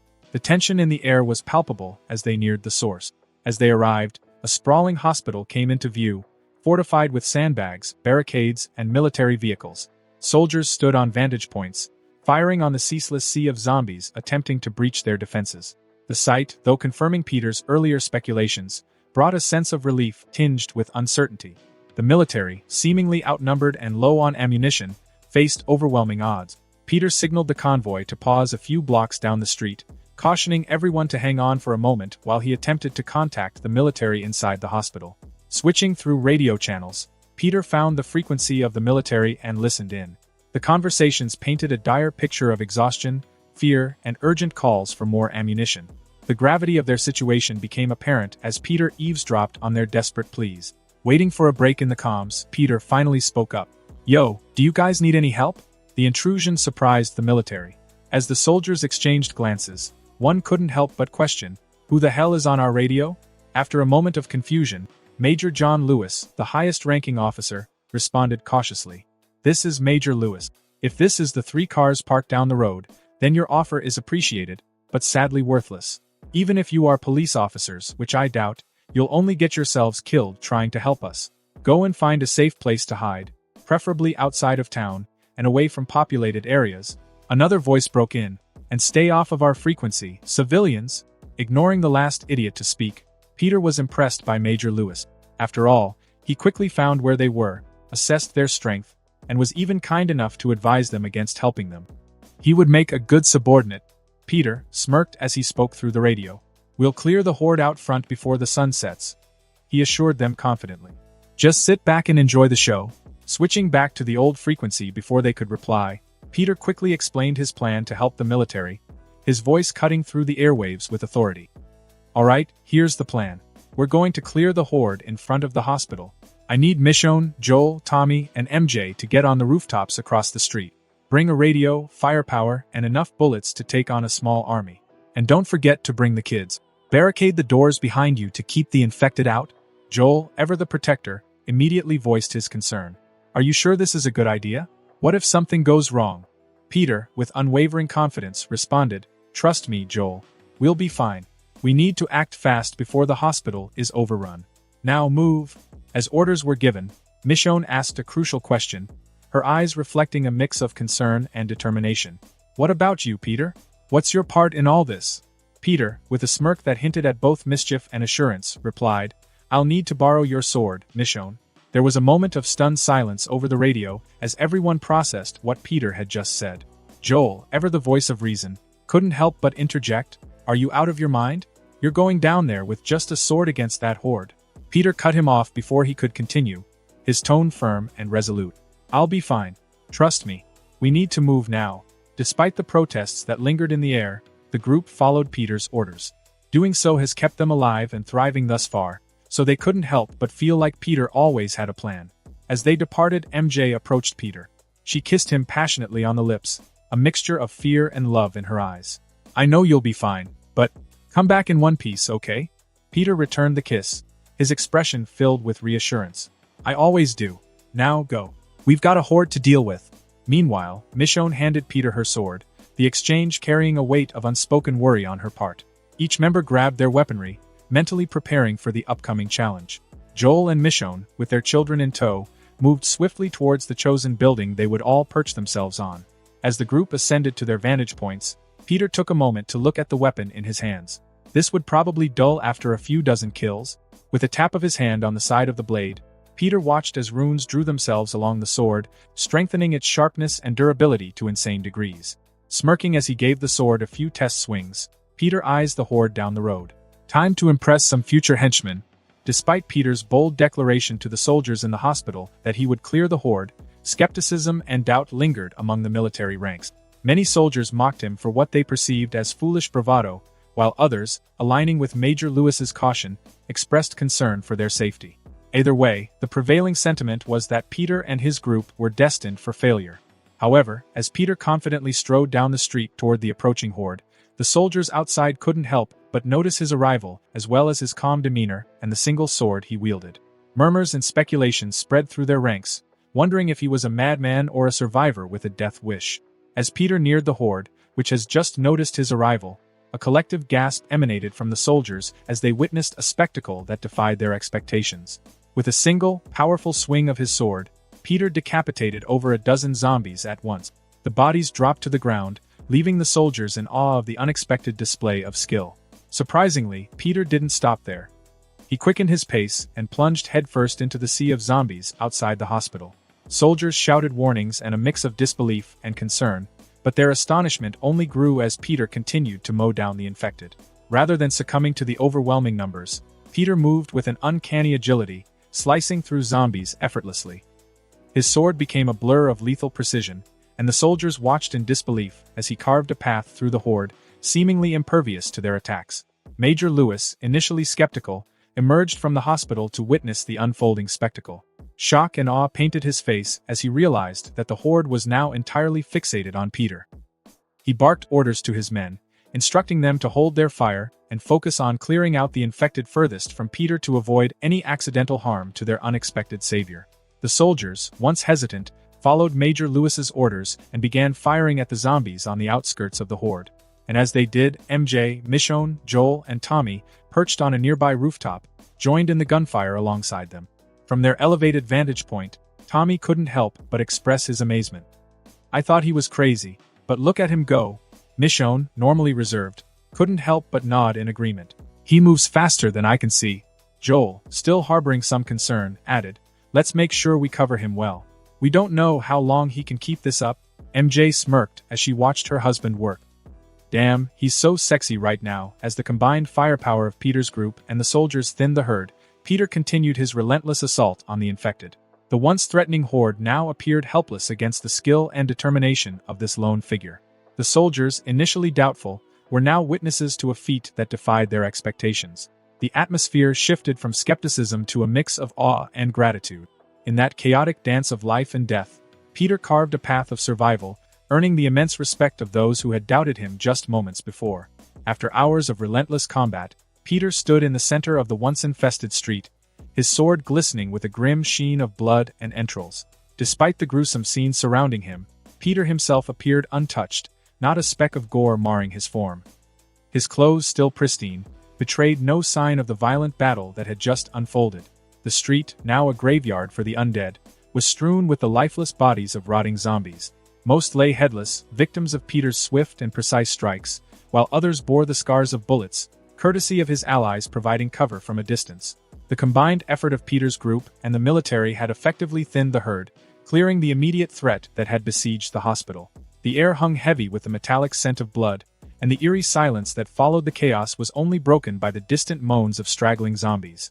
The once swarming horde had been decimated, and though more would inevitably trickle in, the majority that had overwhelmed the soldiers was now vanquished. That should make things easier for them, Peter thought as he flicked his wrist, flinging the blood off of Michonne's sword. Amidst the gruesome aftermath, Peter surveyed the scene with a detached sense of accomplishment.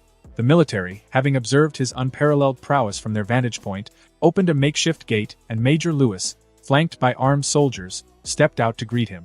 The soldiers looked at Peter in a mixture of awe and disbelief, unsure if the man before them was an actual human being or not.